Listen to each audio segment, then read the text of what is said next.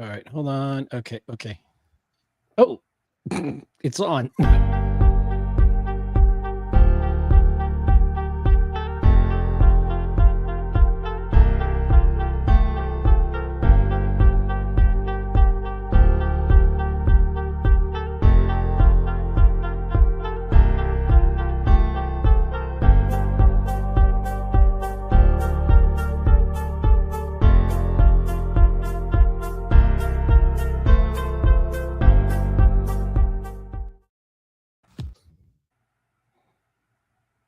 Greetings. Welcome to the Geek Homeworld podcast. I'm your host, Ed, aka the Savage Tech Man.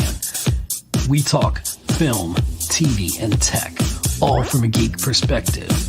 You can find us on X, Instagram, Facebook, and you can subscribe and follow on YouTube at Geek Homeworld. Don't forget to subscribe wherever you get your podcasts. Be a part of the Geek Homeworld. Hey, everybody. You know me, always on time. Oh, wow. Everybody's in the house. Okay. This is all coming together. Welcome. This is, what is this? Hold on. This sucks when you're the only one, when you're in charge of all this shit yourself. Alrighty, welcome. We got this is where are we? This is Geek Homeworld, and this is impromptu. Thank you, Caveman. We were both sitting at home, doing whatever we're doing, and I said I want to stream, and he's like, "Do you want to stream?" I was editing. Yeah, that'll happen. That'll happen. I was like, I miss everybody. Yeah, stream will happen. Stream happens. Do that private spontaneous streaming, and the good thing about these kind of streams, when you get older, it's harder to stream. Good thing about these kinds of streams is it's okay to cross them.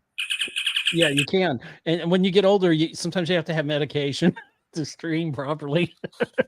But that's another kind of stream altogether. Anyway, this is just Geek Homeworld, September 21st, 2024, Saturday night live hangout. And thank you, everybody, for showing up, and everybody who's here. There's me, of course, Geek Homeworld. Everybody can give themselves a shout out. We got Digital Caveman here in the house. Welcome from Digital Caveman Presents. We got the Prophet Director, and if you hadn't checked his stuff out, then there's something wrong with you. You need to. Ashtray, and send your kids to the. How y'all doing? Okay, and we'll do. Yes, I invited Astray. So Astray. Okay, it's not Ashtray. Yeah, it's not Ashtray like they call him over on. You know what? I gave up on correcting that a long time ago. Okay, because smoking's bad. Okay, you don't want to smoke. Okay, kid. Oh, I remember one night coming on and calling him Astray, and Bruce telling me I said it wrong. Yeah, I think I saw that. And we got Moto Viper here. Sort of. We don't see him, but he's here. Welcome. And it's going to be an open stream, so if anybody wants to jump on, and that's all cool from Diego to the Bay. I got my Ocean Spray Mango cranberry crap because I went to the liquor cabinet and nothing was left. So anyway, what are we going to talk about? Oh, let's everybody say where you're from. K-Man, start with you. Where people can find you. Apparently, where they can find me. Mostly at youtube.com/@digitalcaveman with 2 N's, just like it's spelled there next to my name. And also on Instagram. At Digital Caveman, spelled the same way. Caveman. And what do you do? I don't do unboxings. I do action figure and toy reviews. Okay, cool beans. Prophet Director, tell everybody where they can find you and what you do. You can find me probably online for about $375 at this point. I can find you in the club. I am part Hasbro G.I. Joe classified Prophet Directed Destro figure, and part Mezco Gomez, the roach with the golden head. So I'm a very expensive action figure nonetheless. You can find me. Well, I don't recommend it, because if you get caught on the base, you're probably going to get executed. Your children will get sent to the mines Where they belong. where they belong, where they rightly belong. Damn it! I need my iPhone cheap. But yeah, you can find me in Springfield. You pick which one. We have a sect in each Springfield in America. Okay. Is that or where on the cats Cobra and dogs Island. are there cats and dogs allowed there? Well, you know, some people eat them. Oh, do they? That's what I hear. That's what I'm hearing. That's what I hear. And ducks and geese too. Speaking of bad propaganda, I saw a film that everybody will like. Oh, I got some other Wait, people what do you in mean here. bad propaganda? Oh, I'll tell you in a second. I've Uh-oh. witnessed people Damn, I doing can it only- firsthand in Chicago, and this Oh, is like dang. decades ago. M3's in Some the house. cultures just eat cats and dogs, man. It's just us Americans that have the hang up of making them our pets. Curtis, we're Yep. full. Damn, we're full. Is Moto in there? Moto, do you mind if I pop you out so I can pop Curtis in for a minute? Oh, we had. Hey, Moto in? what's that fucking? Oh well, hold on. I guess let me get ahead. I'm getting ahead of myself. So anyway, Profit Director, we'll just go through. He left. How's that? Did he leave? Oh, Curtis No, left, go yeah. get Kurt. Get Kurt. I'll be right back. I'll be in the backseat. you'll be in the back seat. Okay, cool beans. Thank you. Well, I just lost. Okay, I don't know. This is live, so. Well, MP3. Oh, that was M3 just dropped out. Okay, I'm sorry. I'll text Curtis. Yeah. Anywho, How about this? You just pony up the dough for the paid version, you cheap bastard. Then you can have 10 people. dude, the cheap version was $20. The cheap version just went up to $40 a month. I'm like, I love you, StreamYard. I hate you, StreamYard. What the hell, dude? I'm not like Hey, do we know M3. I don't have endless what pockets. state their home base is in? Uranus? StreamYard's home base? Because if they're like in Silicon Valley, I can have a sect of Crimson God there within the hour. Make it so. Wipe them out. All of them. All of them. I killed them all too, and the women and the children. And I hate sand. Nothing is happening. Nothing is happening. Oh. Anyway, let's welcome to the stream. The first time I think you've been here, not Ashtray, but Astray Blue Stray. One? Astray, excuse me. Astray. He is going astray, and he's sad about it. Yes. He's going astray and he's blue. He's sad about it. Okay. Wow. Who are you? Where what do you do? Where can people find you? Self-promotion time start now. I am just started a new channel called Collector Corral Reviews, where I'm a lot more cleaner in my language. So if y'all want to check that out, I'm doing discussions so far. Probably going to slide into the actual toy reviews at some point when I feel like I have something that's noteworthy, something that hasn't been done to death. Okay. Look, man, I'm if you subbing wait by the to- time you get it at retail, it's too late. so what's Nah, exactly? it'll be something nice. Well, look, So astray, if you what- have a unique perspective on it, I say roll with it, whether it's been done or not, man. That's you right. know? That's right. Heck yeah. Dude, This is true. nobody's gonna do it like you do it. Clean. So what's your channel again on YouTube? I'm about to sub to you. Collector Corral Reviews. Selector COLLE. Yeah, hey, you know what, Astray? If you put the link to it in the private chat, then Yeah, Ed do will that. be able to share it to the YouTube chat. Okay. Just- Hey, there you go. All right, I went I'll to do search that. for it and Dust Collector came up. That's not it. Collect. It's Creative Collector. Wow. Just Collector Corral. Collector Corral. I'm a little slow. I got twisted up. My bad. COR Corral. You're making me spell this late at night. This is against my Man. religion. Making you use that language arts grade. All right, Collective Corral. Dang it. M3, if you can't want to come back, Curtis left and didn't come back before we could get him on. Curtis, There you no. are. I subbed you on one of my channels. I'll sub you on another. So yeah, that's Collector appreciate it. Corral Reviews. Yeah, now that you and- got the link, post it. Yes, I do. Thank you. You know, you can do some of this too, Caveman. You can help me. No, out over here. actually, I cannot get into the you into can't. the private stream or the Oh, private where's chat. the private stream on here? Chat, comments, private chat. Okay, there we go. Okay, chat. I'm seeing If I nothing on the put the private app, chat. does that do the same thing, or do I need the actual like link? Post the link. No, in. if it's set up, if you got the thing set up, then I have to. Oh, I have to. you know, if you got your channel set up where it's the address is youtube.com/ Put it in the private chat. I know. or whatever it might be, then you can just put that and people can find it that way as well. Yeah, it's straight. If you open up your channel on your computer, copy the link in the address bar, and then paste it in the private chat on this stream. And then Ed can put it in the public. Then Ed chat. will be able to copy that and put it in the main chat. Oh, wait a minute. I do have the private chat. Prophet, I needed some of your IT kids from the mines there to come and work this part of it while I do the stream. They're busy developing the next his tank. Oh, well, there you go. All right, so all the ones that were smarter than average, those kids go into the R&D instead of the mines. He can they develop new ways for the dumb kids to mine better. He can send you some of the Haitians, but they might eat your dog. Oh dear. Actually, all the people who I've seen eating dogs in Chicago, actually, I've never seen anyone eat a dog, but I've seen cats get snatched up a couple of times. But it was by Asian people, not Haitian people. Oh dear. Yeah.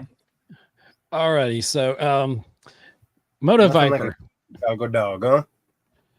Tell everybody about yourself. Tell them what you do, who you are, where they can find you, Hangout your security number, whatever. Yeah, you got it. Yeah, I just usually hang out with the guys with Free Live 405 or the guys with Star Wars Squawk Box. You can always find me hanging out with those guys and reviewing toys, talking cinema, pop culture, sports. Social media, really don't do that. Oh, and then, like tonight, I was grateful that that you invited me to be part of this. So I'm hanging out with you of Homeworld. So yeah. Yay. Thank you for being here. And M3 is somewhere. He's popping in and out. People probably pop in and out. So if you check out M3 Reviews, he's got a great channel. He's a great dude. He's a lot of fun. He's representing the West Coast for us. And who else? Somebody else was in here. I thought C-Toy Reviews or somebody popped in. Curtis Surgeon. Curtis. Yeah, Curtis Schultz. Thank you. Check out his channel on YouTube. What? You need to go to the doctor and get some of that memory medication. Dude, I guess I'm over here manostrating because I'm having hot flashes or some shit. You're going through the change. I am. Stay away from him. When you walk into a room and completely forget why you went in there. Exactly. Oh, dude, you just don't. That happens to me like every time I walk into a damn room. I was doing some timers a long time ago before it was cool. Alrighty, so what I wanted to talk about is I just want to ramble for hours. No, I read an article and I want to try to find it, but y'all might have to talk amongst yourselves. But James Cameron just did a interview and they're coming out on a big 40th anniversary spread of Terminator. And he was talking about the future of the franchise and all that. And so since I'm too lazy to pull up the article, I'll just paraphrase and we can chat about it. But basically he said he sees a future for the franchise, but he sees it without Arnold. He sees it without any existing people. He didn't quite say it that way, but he basically says that the focus needs to be more on something that's more prevalent to this generation, which is AI. And maybe it's not so much the killer robot aspect as moving it more into an AI direction and going possibly with a kind of reboot of it. And, being the resident mega Terminator super fan here, I'm on board for anything Cameron does. And as much as, we as aging geeks as ourselves are, we realize that, a lot of our heroes are in their 60s, 70s, 80s, and they can't continue on forever. Agreed. And yeah, exactly. And we don't want to see them AI'd to death in doing something or drinking blue milk. We don't want to see Speak for yourself, man. Oh, you want Luke Skywalker drinking blue milk in 2030? I don't know. 100%, man. Only if they do it right. Years ago, I read an That's article, and this article got me very excited because the way the article read, Was it just I'm going to pictures? try and get it as close as I can to what the article said. It said something along the lines of, in like 2035, we'll be watching the 6th Indiana Jones film, starring a young Harrison Ford opposite Humphrey Bogart in his reprising his role from Casablanca. I like that. I like the idea of that. That was to me was a great idea, and I think if the technology is there, And Kathleen Kennedy is then not. why not? Just be respectful, right? You're just using their likeness. Yeah. Well, Tom It's Hanks not is on like board with artists, like artists aren't like painting pictures of people who are dead and selling that. You know what I mean? Right. Right. So the whole respect for the dead thing, I think it's more respectful to commemorate them. Bring them back to life in a way that can't be done in reality. Like take for example the Tarkin scenes in Rogue One. I fucking love them. Yeah. I do So many too. people I do complained about them, but I loved them. I thought they were like a highlight of the film for me. And the technology is better now than it was then.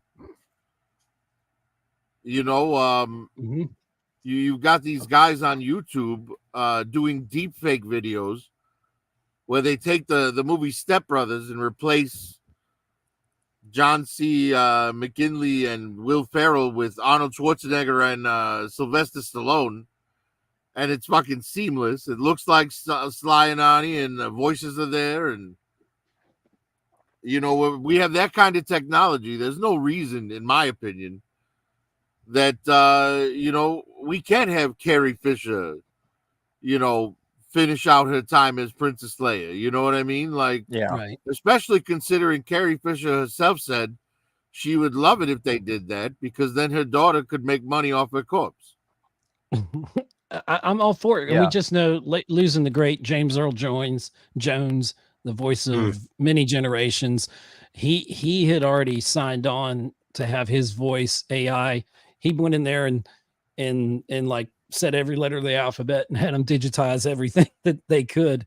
And so his voice, Darth Vader's voice, will live on in eternity. And as long as the artist is happy with it, and like you said, Prophet, they do it respectfully, then I'm all for it. As long as you give the fans what they want and you keep Kathleen Kennedy far away from that, then I think we're safe.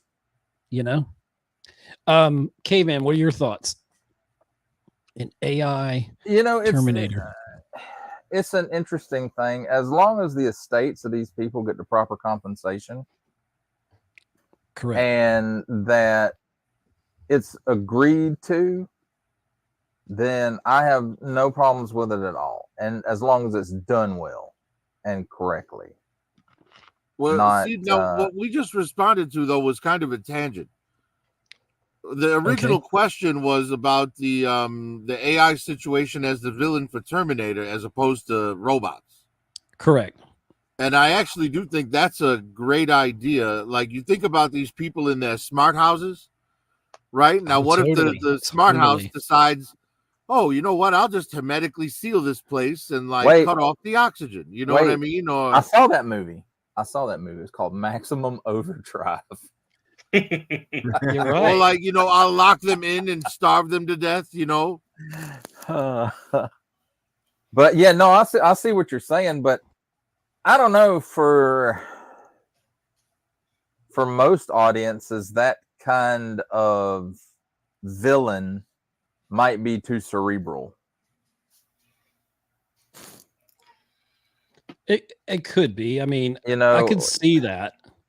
Terminator is really younger an generation action. walking around with their heads in their cell phones tells me otherwise, man. Terminator. You know, well, like our Terminator- generation, we won't It's- respond to it right, but it's not for us. Well, right? you It's know, for the next exactly. generation. Exactly. I can only respond to how I would feel about it. I don't know how other people Truth. feel about it, but Yeah, it's shit, and I've lost my train of thought now. I'm I must sorry. have walked into a room. You must have. Okay. Boom. But no, Terminator is an action franchise. So I mean, what is the action of that? You all of a sudden you do a close up shot of all the locks in the house locking and you know. Well, there's many ways you could go with it. I think you'd have to get creative just beyond the portion training of it. the training montage. Well, right. Is, Couldn't you you know, see, like it's Eye of the Tiger with somebody typing programming in on a computer. Couldn't you see like the Jetsons like hiding in the house trying to stay away from a homicidal Rosie? But then we get back to a physical manifestation of a villain. Yeah, well, we'd have to have some kind of physical manifestation of something, otherwise.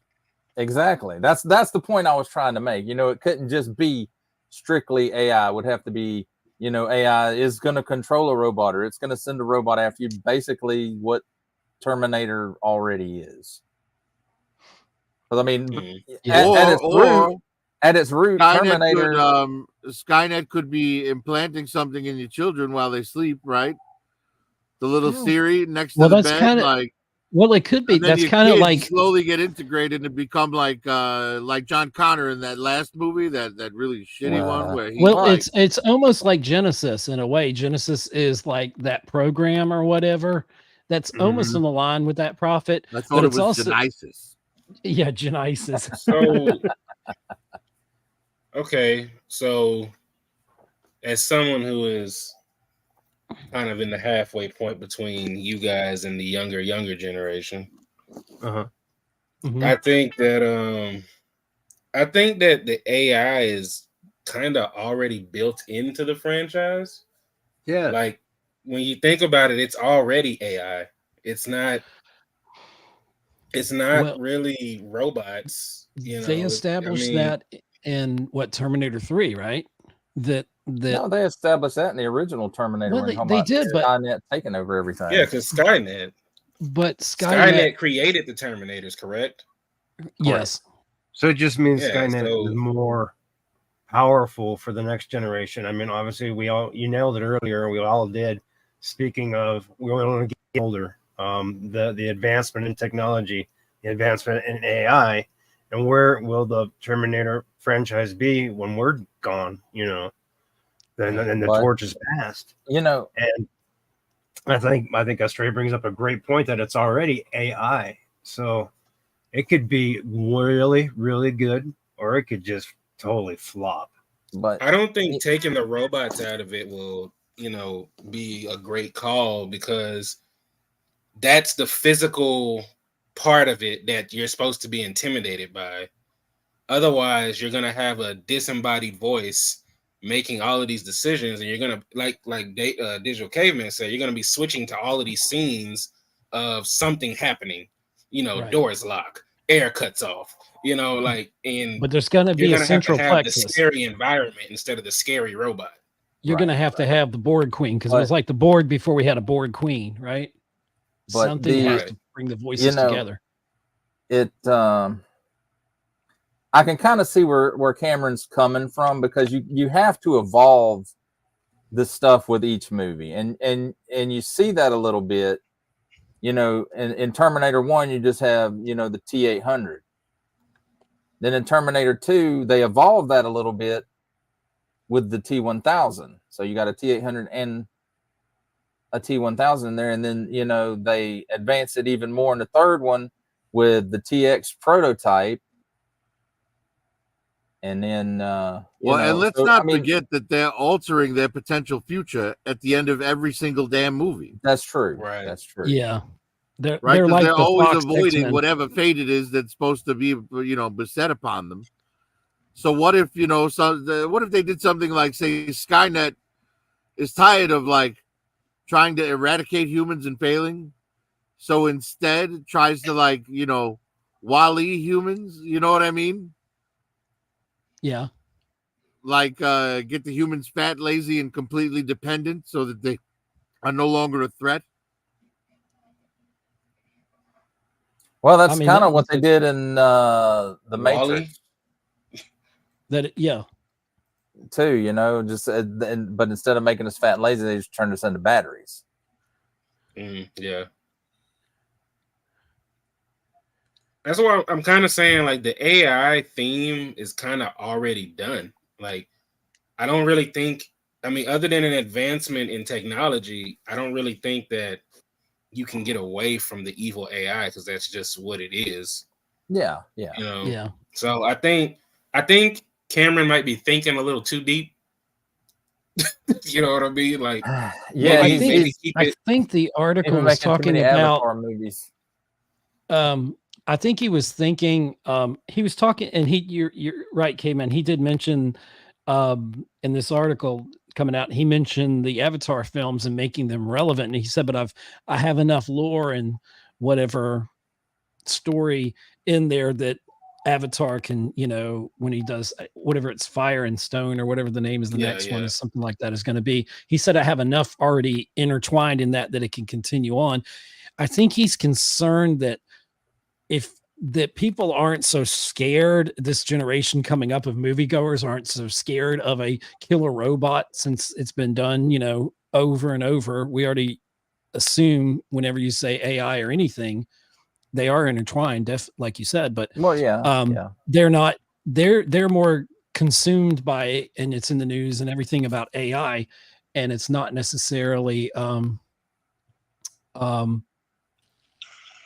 is relevant killer robots as AI is, because AI is into everything, but it is hard to separate the two. So, I mean, that's a good discussion. How many of y'all have seen Terminator Zero on Netflix? I just started watching it. Okay, well, I won't spoil it then, but it changes the lore, which could go along the lines of loosely upon what Cameron's looking for or heading towards. And I mean, I'm intrigued about it. I'm always intrigued about it. And even the worst Terminator films, I can still find things that I like about them. Even with the storyline, I thought in Terminator 3, when they heard, I'm trying to think of,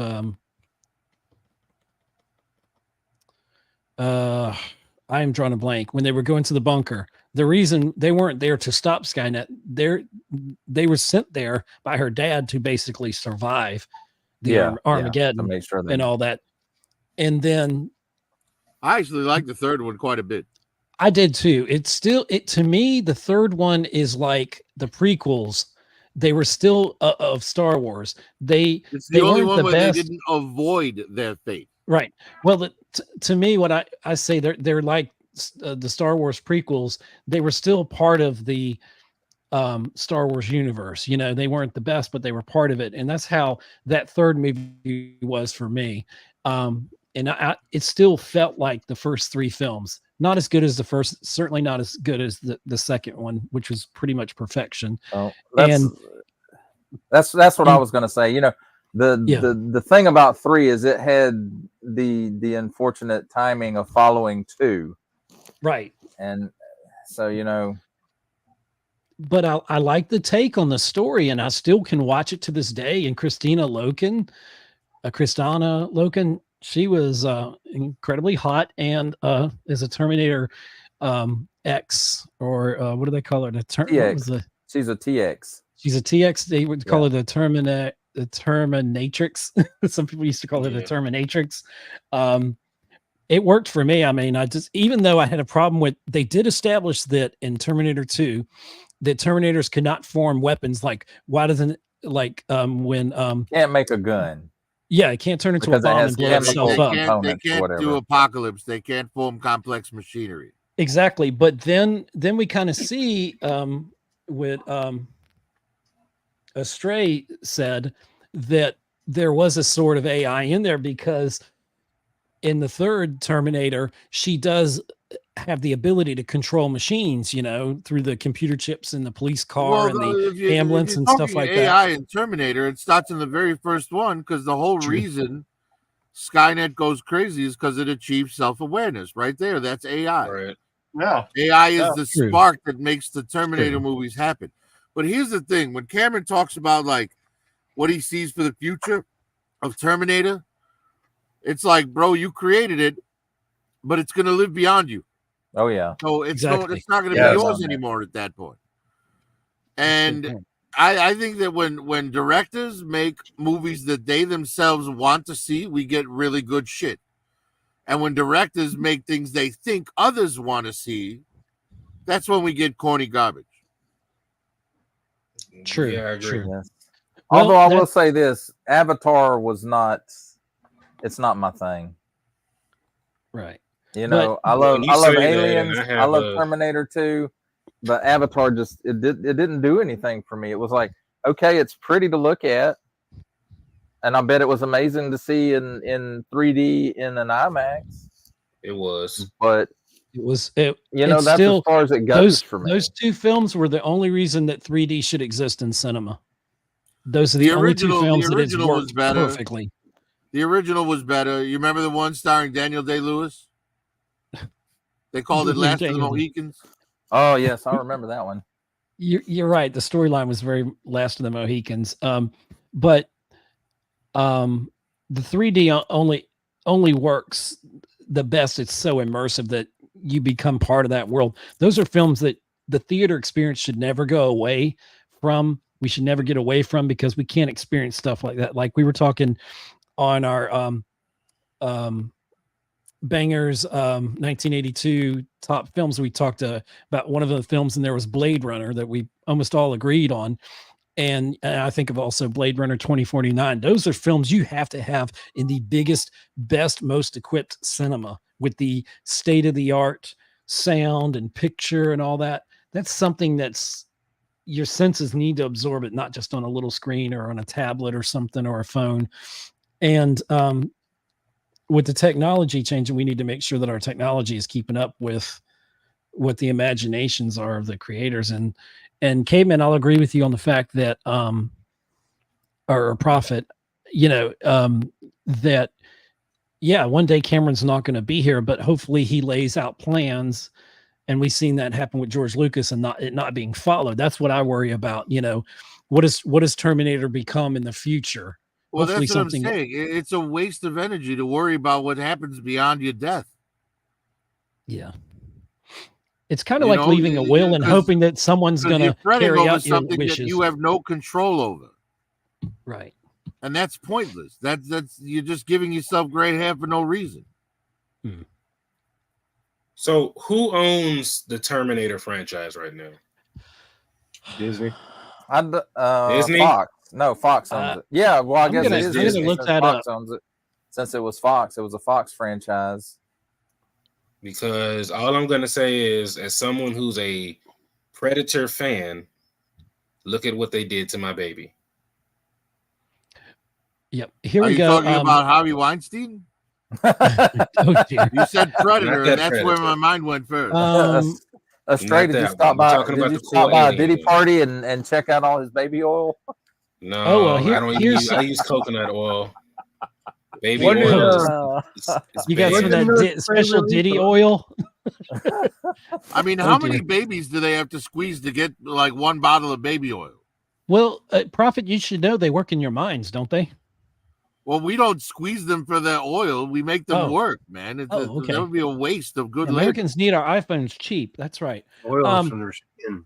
So to answer y'all's question, there's two different things just looking up on the internet. According to IGN.com, Skydance Media, owned by David Ellison, acquired the Terminator franchise from sister Megan Ellison, whoever that is, in 2011 for $20 million. Skydance Media is responsible for producing Terminator, blah, blah, blah. But then it says who owns the franchise, and it says essentially the Terminator franchise is owned by bankers. The winning bid was 29.5, and it's it's just it's kind of it sounds like it's a $6 million man kind of thing. Everybody owns a piece of it, and it's a little bit of a Mm. Well, disaster. with Skydance owning it, that's very well in the vein of Terminator stuff could now appear on Paramount because Skydance is the new owner of Paramount and CBS. This is really? current. It said Terminator. This was back from 2019. Terminator could revert back to the original owners, James Cameron, because he sold it. I don't believe this, for according to Business Insider, he sold the rights to Terminator back in the 1980s for $1, and it's one of his biggest regrets. Jeez, Wow. He sold it to producer Gail Ann Hurd. The stipulation in the agreement was that Cameron would be allowed to direct the Terminator. That's how because it was his first major thing. And it had a $6.4 million budget. It was very guerrilla style. I saw a video recently on this, how they filmed it. They didn't have a lot of permits to film it. So, and they had one of those Savannah film industry budgets, do it for your IMDb cred. And I mean, he should have known better than to sell it to someone with schizophrenia. oh, well, I mean, the person's both Gale and Hurd. oh no, I'm sure it's not the same. It's not turd or whatever her name Personality is. disorder. Yeah. No, Like actually, Gale understands what the program is, but Hurd like just ignores it and does what she wants. actually, she's a big time producer on the Walking Dead stuff. You know who owns it? You know And she who pooped in owns Johnny it? Depp's It was bed. Agatha all along. God, I heard that show is airing. not. Is it? they're probably is, they it is. finished it, so they're gonna show it. Okay, can I say something here? And I don't want to offend anybody because I know what your sensibilities are, and I haven't seen it, and I will watch it and I will judge it on its merits, not because of what I'm about to say. But I did see a report on the internet, and you can believe everything on the internet because it's completely true. But the one report said it's the gayest, that was the word they used, Marvel show ever. And so there's going to be a lot of, I think this is something that was one of those left around shows that was done, and they went in and reshot and were changing the name and couldn't figure it out. And I think they kind of just have to release it, and they're just going to take a loss on it. But I'm pretty sure it's going to get torn to pieces. If I want to be wrong, but if it's all that bad, it's going to be one of those things where like it's out for a month and then they pull it like they did for Willow. yeah. Mm. It might be. But The there's some people review that that I read said that it's a movie made by 40-year-old single women for 40-year-old single women. Oh, they can have it then. Is it a show or a movie? It's a show. it's a Disney Plus show. Yeah. Okay. Boy, there sure has been a lot of them. You'd think they'd stop making them by now, you know? Well, I think, knowing the film industry, how it usually works, everything takes 12 to 16 months to get through the system, to make from beginning to end. Some things take longer. So this is, if it's true what they said, that Feige went through and just got all these activists out of Marvel, and they need to do that over a Disney portion of the Star Wars portion, but he went and just secretly behind the scenes let all these people pushing these agendas go, and so they could get back to creating what the fans actually want instead of I wonder if that's what happened to your friend Bo DeMaio. Oh no! Oh, look, the You're core of the opening up- problem is really, really simple. There's a can of core worms of you're the opening up problem on that. It's No, simple. no, he gets respect from me. There were decades went by where all these women were lying about liking Star Wars to land their husbands, right? And it made Hollywood think that these women actually like Star Wars Oh dear. when they actually hate it and wish their husbands didn't watch it. Exactly. Well, Exactly. there may be I can some agree truth with to that. that. Is that wait, is that what happened with Star Trek too? Okay. Well, hold on. Let's talk about Bo DeMaio first, since you opened that can of worms.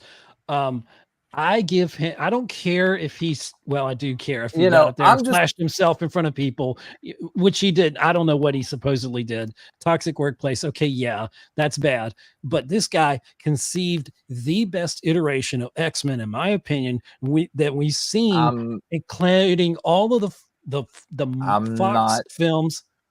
Yeah, I know you're I'm not not disagreeing. I'm with not me. disparaging that. All Yeah. I'm saying is, he was talking about getting rid of all these activists, and you have that, that one, well, two scenes kind of. You have like the creeping on Wolverine in the shower scene, Yeah. and then Morph confessing his love at the end. But I will give you a caveat. If there, and I've said this before, if there is one franchise in all of what Disney owns, Star Wars, Buzz Lightyear, whatever you want to call it, everything that they own, of all the franchises to have a character like that, certainly would be X-Men. Because I'm not denying that. You're not denying it. I understand that. Yeah. What I'm saying is, you said Feige was going through and get rid of all these activist guys. Right. Maybe that's what happened with both. That could be. And believe me, I've worked in corporate retail. I know. And I worked in that same corporate. I've worked in HR, and there's things you say and you do, and then there's things that this person might become a problem.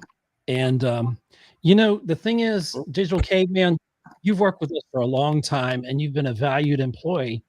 But lately, it's not your outspokenness. We appreciate your opinion and speaking your truth, but your performance has been slipping lately, and that's what we're here to address. And we want to put together a plan that's mutually beneficial for you, Caveman, because we want you to succeed, especially with our corporation here at Disney. And but we need to work on your performance. Okay, so. You see, there's team speak, there's corporate speak, whatever you want to call it. But I know. But yeah, I know I do as well. I had to speak some of that.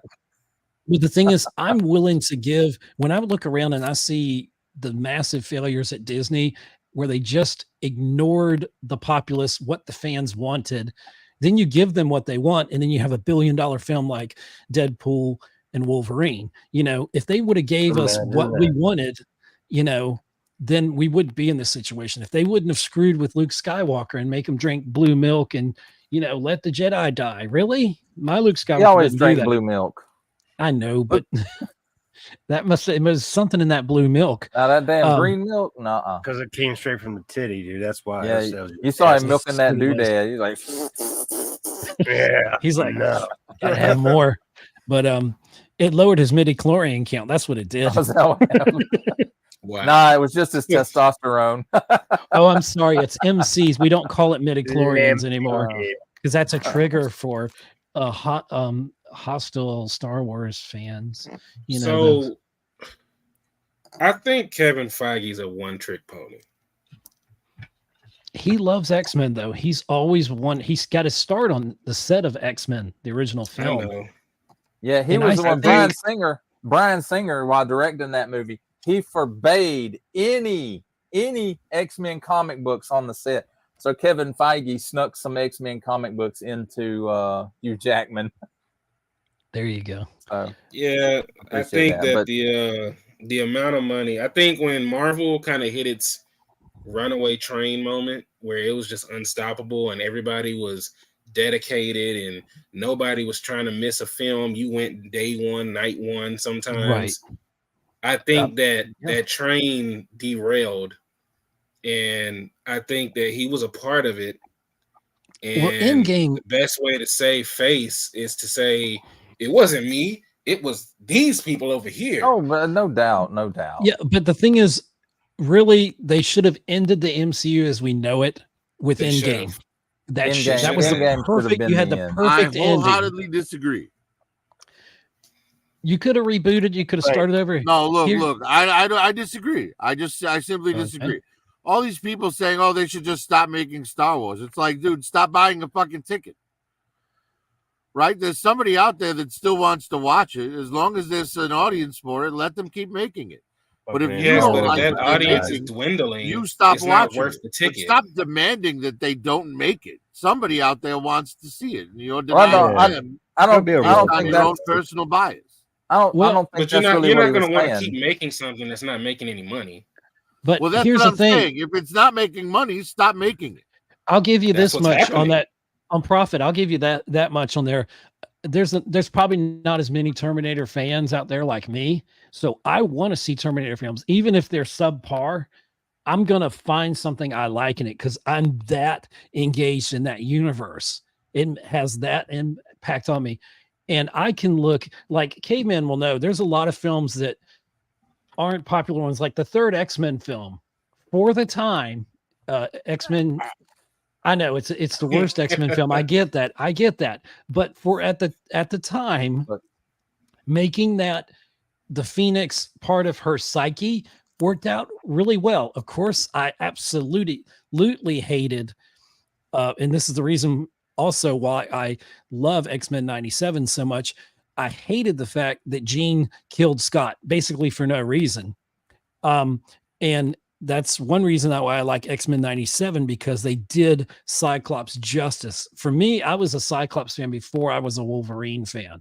And they're both great characters, but we never got a live action Cyclops or Scott that was true to what the character was as the team leader and all that. And I don't want to see, so yeah, when I see like X-Men 3,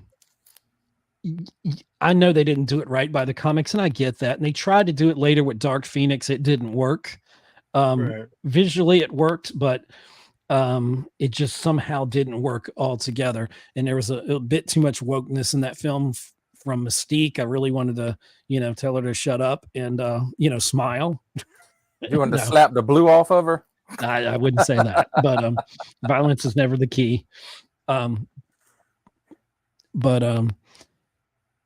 So even the worst of a franchise, I can find good things in it. So I'm pretty easy to please, but I'm there to praise you when you make the right decision. Like I'm going to, and Prophet, you got a point there about, we'll stop making, or stop buying the tickets, because I'm always going to buy a ticket probably to an X-Men film because I want to see it.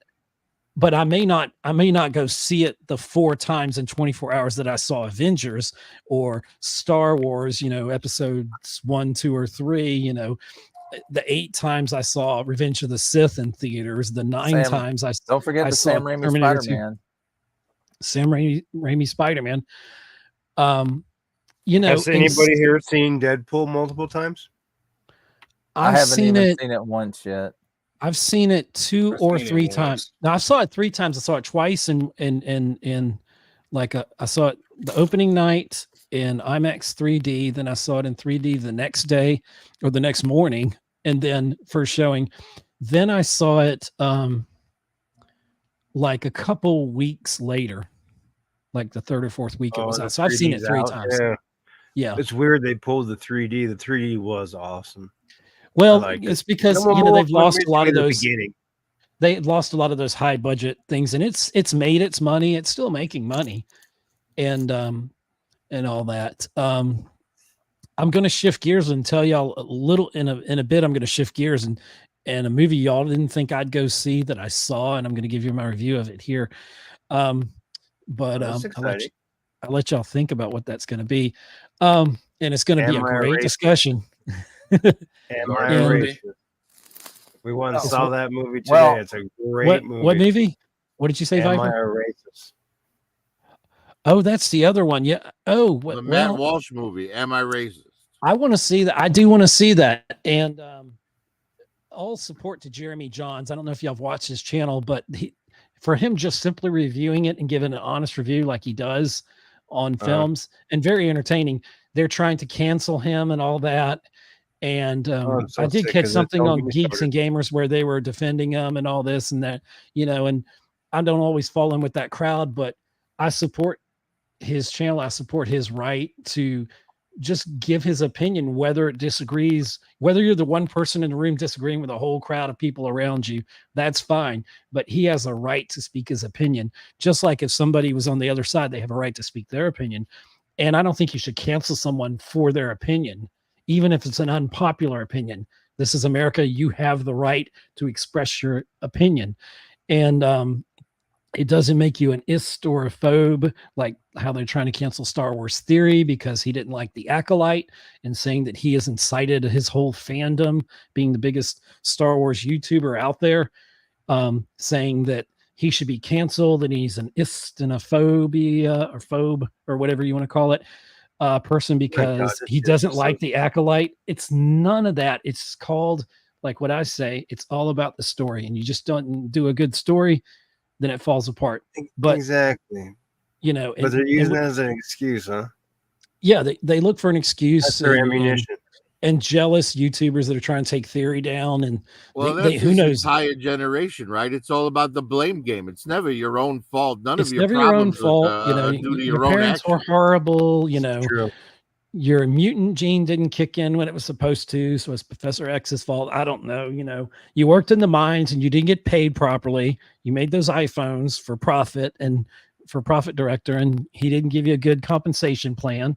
There was no we don't make work-life the balance. iPhones. We just mine the cobalt. Oh, okay. That goes into making the phones. Okay. Oh, and I'll say that Strange- anything with Matt Walsh, I'll never watch it. Who's I Matt don't even Walsh? know. I don't even know who he really is. I know he's a comedian, but what Jeremy Johns he's not said, that. he's not okay. Jeremy Johns in No. his review, and I haven't seen it, so I'm just talking out my ass because I hadn't seen it yet. But from what I understand, or at least from Jeremy Johns' review, he said there are some jokes I didn't necessarily agree with. He said, but they were funny. And it's, when you're in one side of the political spectrum, you can cast all these aspersions against other people on the other side, and you can demonize them and say this. But if they point out something from the other side back in your direction, oh no, that's not allowed. No, it doesn't work that way. Conversations work both ways. And that's going to lead me into this. I'll tell you what my movie is. I guess we'll just go straight into this. The movie I saw today, which could have been a better film, but exposition killed it. And I went and saw the film Reagan. We were like the only people. It's me and my wife, and there were two other people in the theater. And I've always had respect for Reagan, except if you were an African American in the 80s. And Reagan probably wasn't your person, with the drugs and all that were funneled into the least fortunate neighborhoods, if that's a way to say it.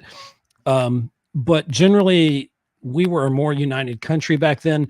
And some great things I pulled out of that film, Reagan, which Dennis Quaid, I thought, did a pretty good version of him. And I forgot who the actress is. She's well known. She plays Nancy Reagan, and it is about the love story of those two. And that's good. That's all fine and dandy. But the film, they have this guy played by John Voight, he's very conservative person, which is fine. But he plays a Russian character that, when I looked it up after the film, his character never existed, but he's an KGB agent, and he's got this young KGB agent that comes in, and he's asking him about it. And during the whole film, just they keep cutting back to John Voight. You don't see him all the time, but you hear his voiceover talking about Reagan and from the Russian perspective, which is interesting, which in itself would make its own interesting film. But it kept taking me out of the film of watching things actually happen. I like a little exposition, but I don't need you talking to me, telling me what I should be looking for in the plot of it. Show me on the screen through the actors, act it out. And well, let me ask you this. Yeah. In that timeline that you speak of, how does the movie play out? Is it the first hour he's an actor and he meets Mrs. Reagan, and then the second hour he's the president, or does it start off where he's the president right from the get-go, and it kind of backstories throughout the movie? Well, it's extremely chronological, except a spoiler warning, I guess. It starts off with the assassination attempt. And Yeah, yeah. And I guess it's not a well, I guess it would be attempt. It's only it's something else if they succeeded. And thankfully they didn't. We'd be in a much different country.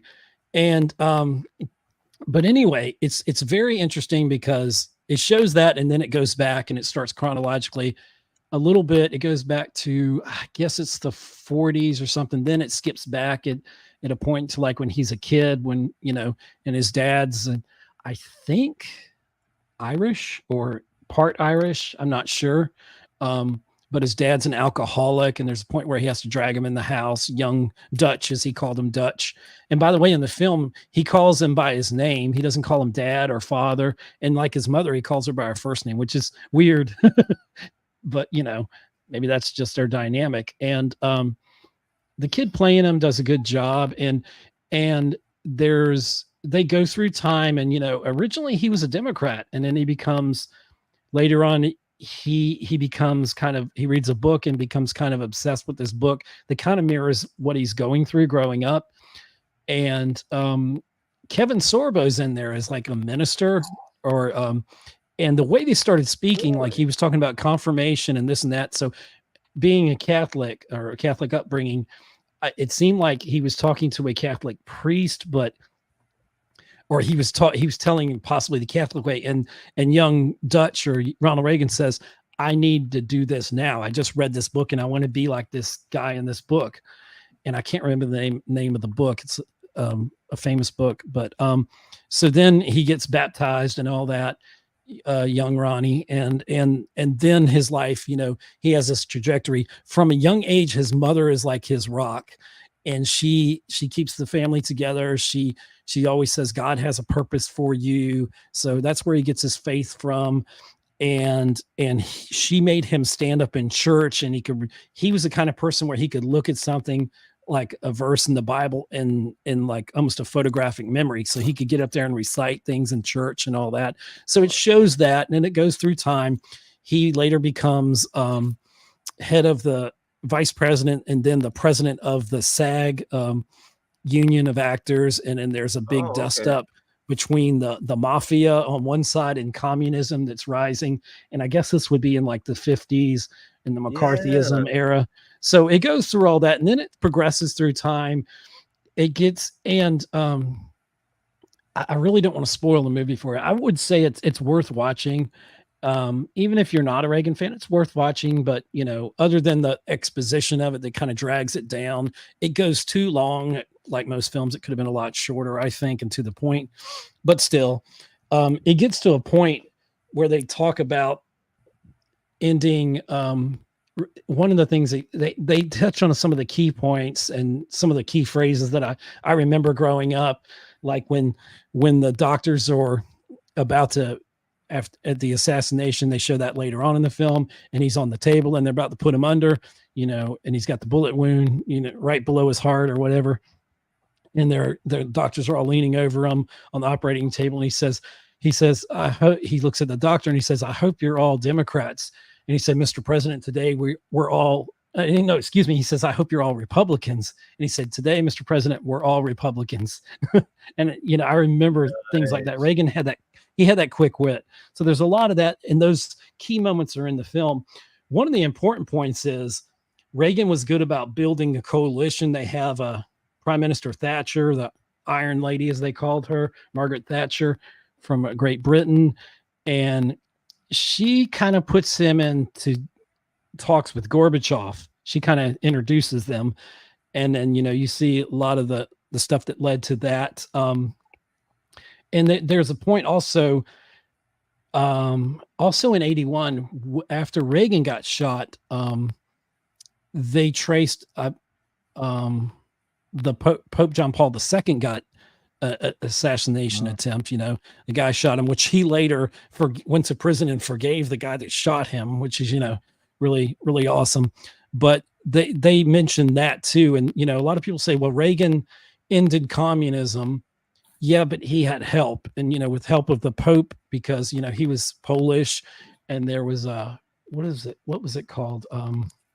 Solidarity or something like they had, the uprisings there, before the Berlin Wall fell. So a lot of things in the world were coming together. The world was moving in that direction, and Reagan helped, along with the other people in his group, to kind of push things towards that. And we came from a country that was kind of down on our luck patriotically and whatever, coming out of the Carter administration. The hostages were in Iran. And then Reagan came to power, and like within hours of his being sworn in, they released the hostages and this and that. I mean, Carter had already brokered that, but when Reagan came in, I think it sent a signal around the world, seeing what kind of candidate this was on the rise.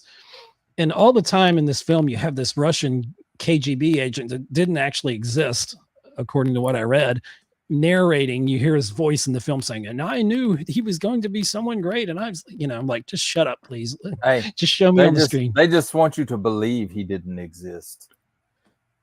There you go. Yeah. And so, but and it's nothing against John Voight's performance in the film. It's just his character seemed very unnecessary and distracting to me in the film. But all in all, I mean, it was a good film because he's very conservative Republican. Yeah, for him to play a Russian is interesting. Seem like it'd be very against type. But he did it's a paying job, man. It's a paying job, and in Hollywood, that's what Samuel L. Jackson says every time they come around with a role for him. It's a paying job. Hey, do you remember the Black Snake Moan with Samuel Jackson? I sent you that reel. The meme with you sent me the one, and it shows the Force Ghost and all after Anakin's. What if Mace Windu's Force Ghost showed up at the end of Return of the Jedi? And he's got that mean look, and I'm like, oh yeah, I'm so there. And Astray, I don't know if you've been on a live on like Curtis' channel with Ed before, but I know it's your first time here. And if you hadn't noticed, if you want to get a word in, you have to wait for the rare moments when Ed takes a breath. Like Sorry about that. No, y'all can disrupt me. I'm sorry. It's my stream, so shut up. I'm anyway, kind of upset with you interrupting because I was counting, and you were almost at 10 minutes. For real? God, I should have saved that for my speech in class. I did my speech on Michael Jackson, and then I got off track. I was like, because I'm a big MJ fan. But anyway, hey, I figured you had a lot to say. Well, I didn't mean to spoil the movie for y'all, but he always does. I do. He never is at a loss for words. No, that's all right. Very rarely. Here we go. Hey, just because you talk a lot doesn't mean you have a lot to say. Well, okay, that's true. He thinks he has a lot to say. My dad always said, he would say to me, he'd say, "Boy, you must have diarrhea of the mouth." He said, "You must love the sound of your own voice." And I thought it was a compliment. I was like, "Oh, wait a minute." Yeah, I'm caffeinated, so. No, you're good. You're good, brother. No, you're good, man. I'm all good. But anyway, so in case you're wondering, the group that I've come into, I'd say they're far more conservative than I am. I used to be there, before the dark times, before the empire. So I'm a little left of center. So I kind of like looking across. I don't mind looking across the aisle. And this is the point I guess I was trying to get to, that I got lost in the story of the film. But they have Tip O'Neill in there, and if any of y'all remember him, Speaker of the House, he was right-wing guy. And there's some really good points in the film, and this is something that I wish if any clip from this movie gets played, I wish this particular clip would get played, and it would be on every social media and every network on both sides, all sides of the political spectrum. But when he meets Tip O'Neill, Reagan says, "I'm told I need to be on my toes when I deal with you." He said, "Well, we hit the ground running." Tip says to Reagan, "Well, we hit the ground running and we do this and that." And then Reagan says, but until 6 p.m. And then Tip O'Neill says, "What do you mean until 6 p.m.?" He said, at 6 p.m., we all go out and we all have a beer together. And I'm like, yeah, nice. I would love to see Kamala just kick up her heels on the bar stool next to Trump, and, he buys her the first drink. She buys him the second round.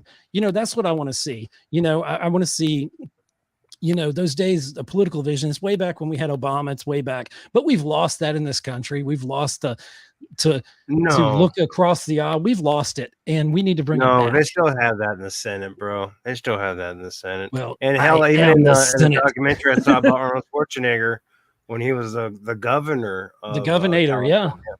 you know, they would get up and debate, and oh, you're full of shit, this, that, and they would go at it.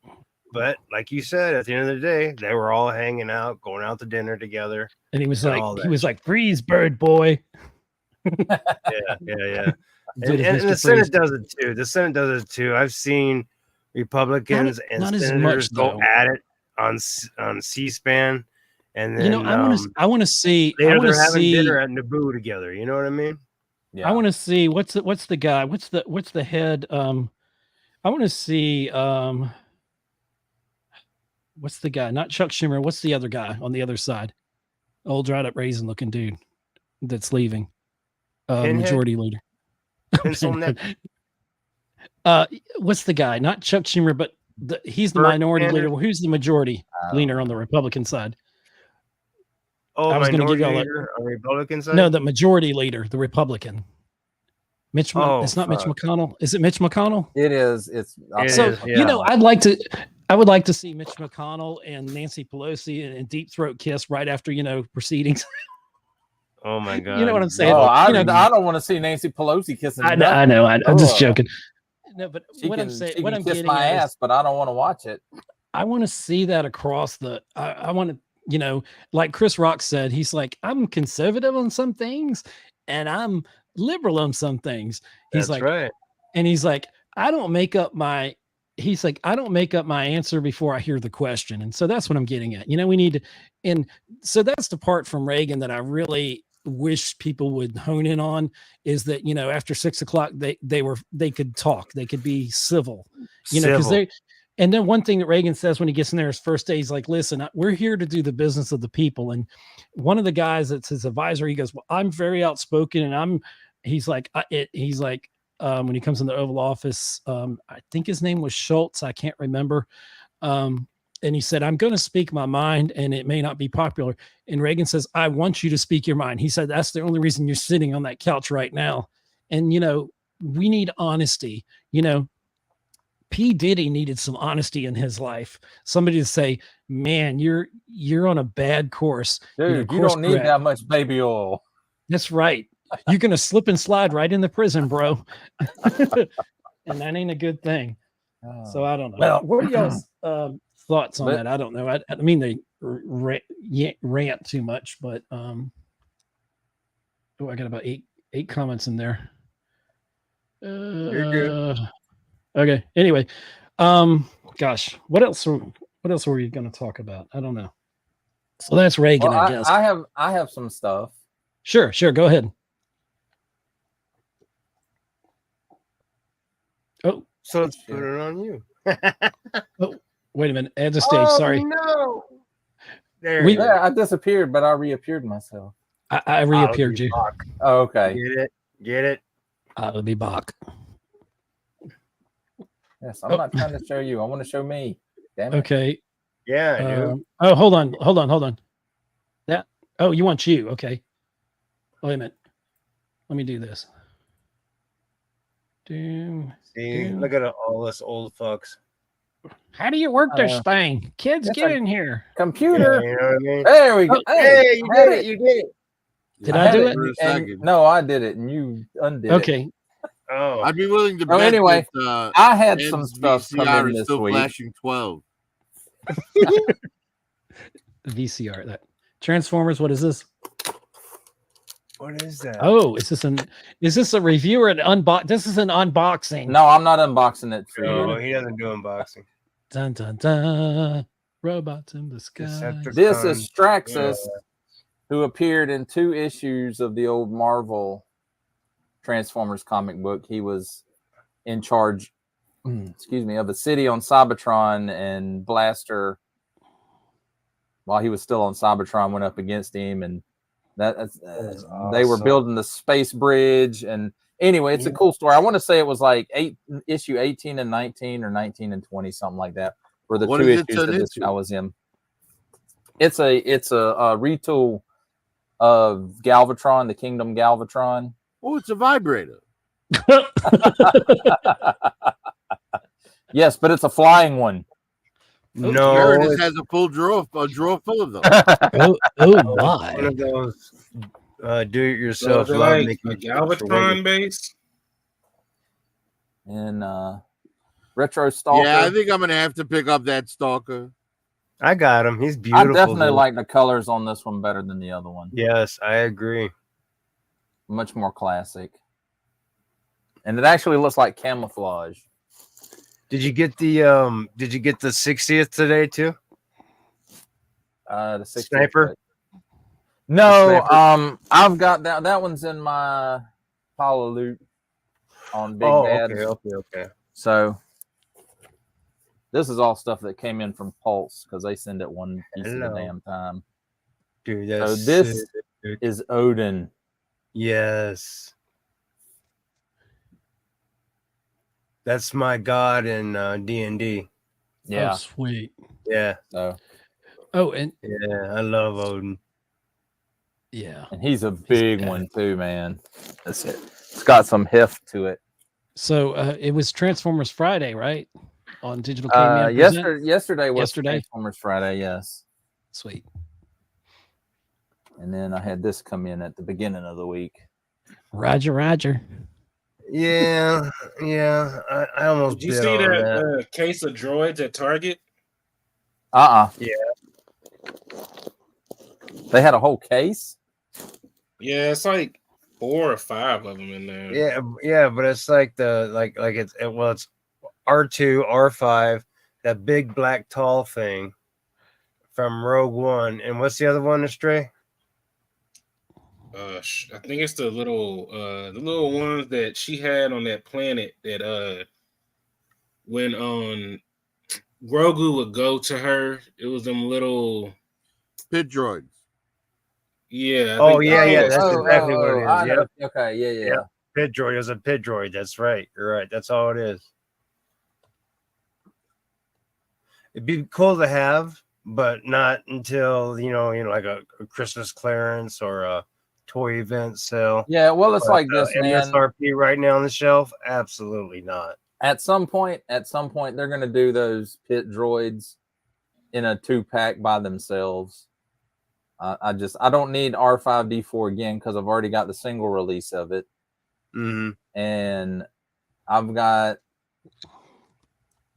let's see, I got 4 droids off of that KX mold, which is 2 of them are K2SO, and then the KX security droid from Jedi Survivor, and then the Holiday KX mess. I'm pretty sure they could do those pit droids right now. When I got the Mandalorian ship, it came with 2 pit droids, so it's already sculpted. It's already machined. They could pop them out if they wanted. Oh, are these the 3 3/4? Yes, sir. Okay.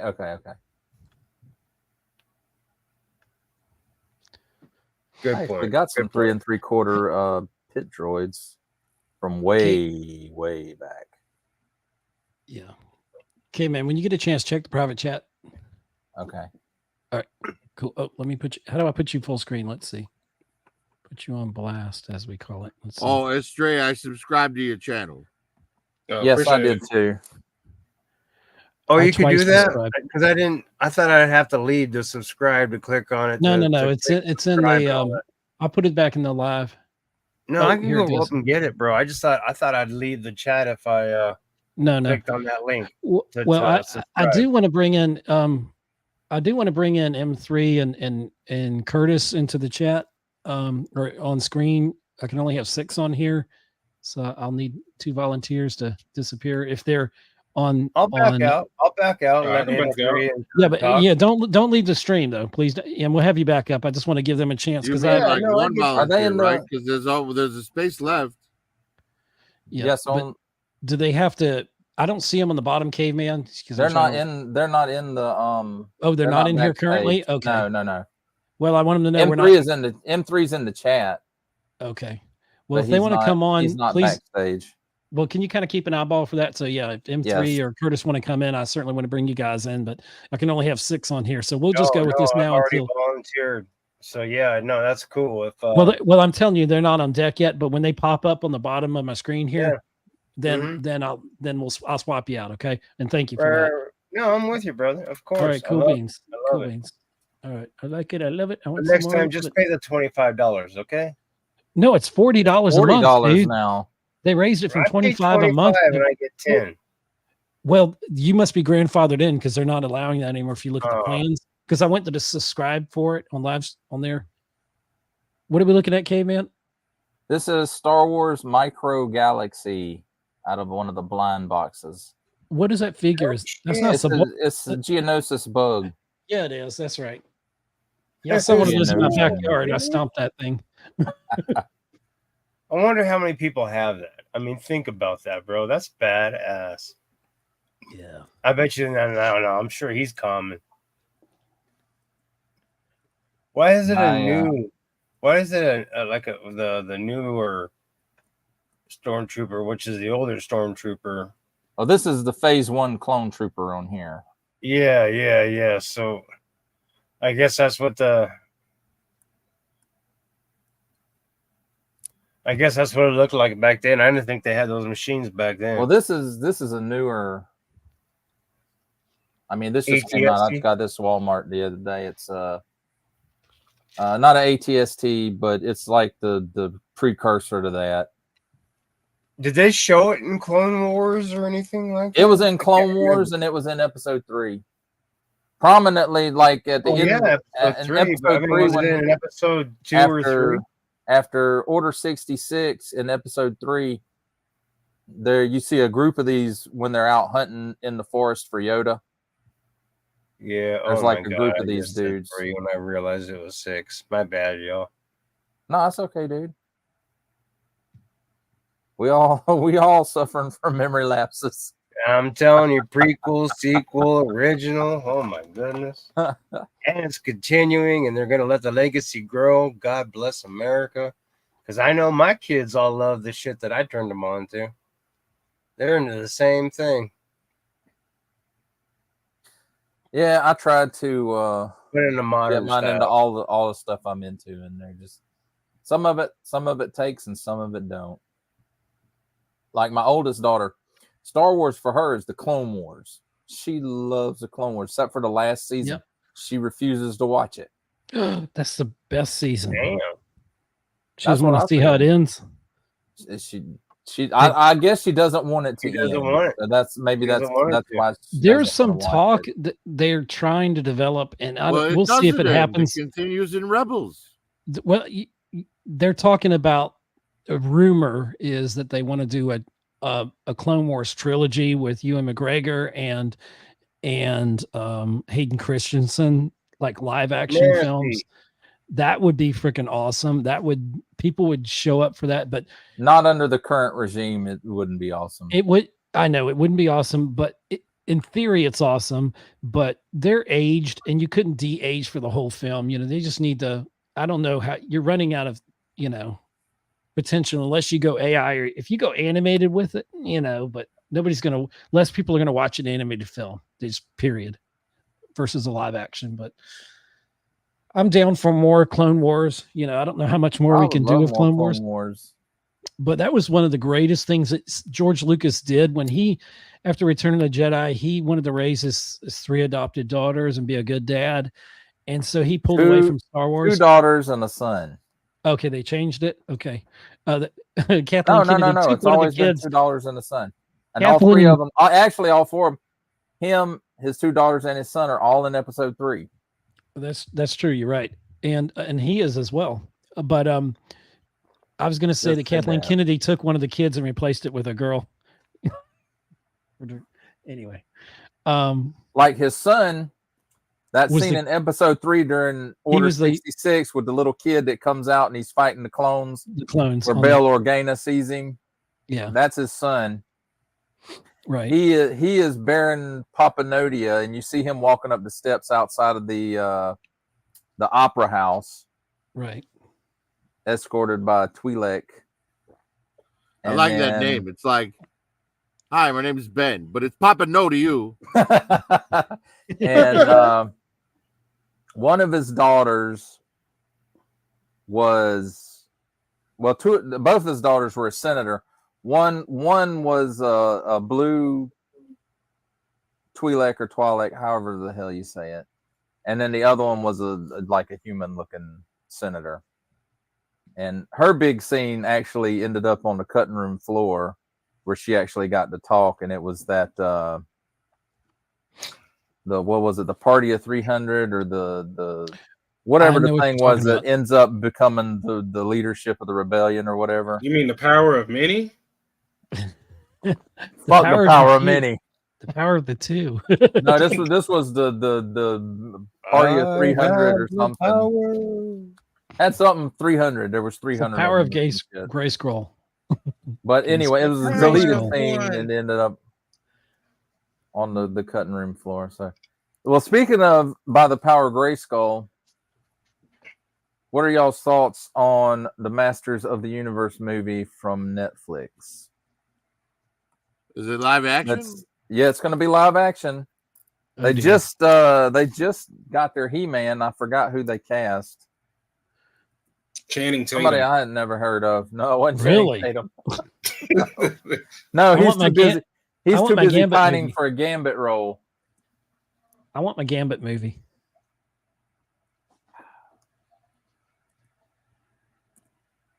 It got quiet when I said I want my Gambit movie. No, I want a Gambit movie as well. Yeah. Well, I haven't seen. No, he was good as a Gambit. I think as someone who's pretty close to Louisiana, he sounded pretty accurate. Yeah. Variety says that the live action He-Man Netflix show is off. Oh, they're not making it now. God dang it! What? And they just cast a dude. Yeah, they were casting last week. I heard they were casting a lady as He-Man. No, that would be She-Ra. Shut up. Yeah, according to Variety magazine, it's dead. Yes, it's dead again. Again, yeah. Because Sony was supposed to have been doing one for like 15 years. Yeah, this article was published on July 18th. And then Amazon had it, I think. Sony's got a big problems with Spider-Man, I understand. They gotta do something. Even if it's like, apparently they dropped it due to budget concerns. Even if it becomes this Fortnite thing, that's I think He-Man would have to have a lot of CGI, I think. In Minecraft, it has to be the next big thing. It has to keep going. In other words, to keep toy loving and children and all that shit alive. Toy loving and children. What are we talking about, P. Diddy? Old motherfuckers. You son bitch. But no, there's always got to be something that's going to entice the younger generation. I remember when my children were young, it was Sega Genesis and Nintendo. Well, dude, that's what it was. That's what Clone Wars did for Star Wars.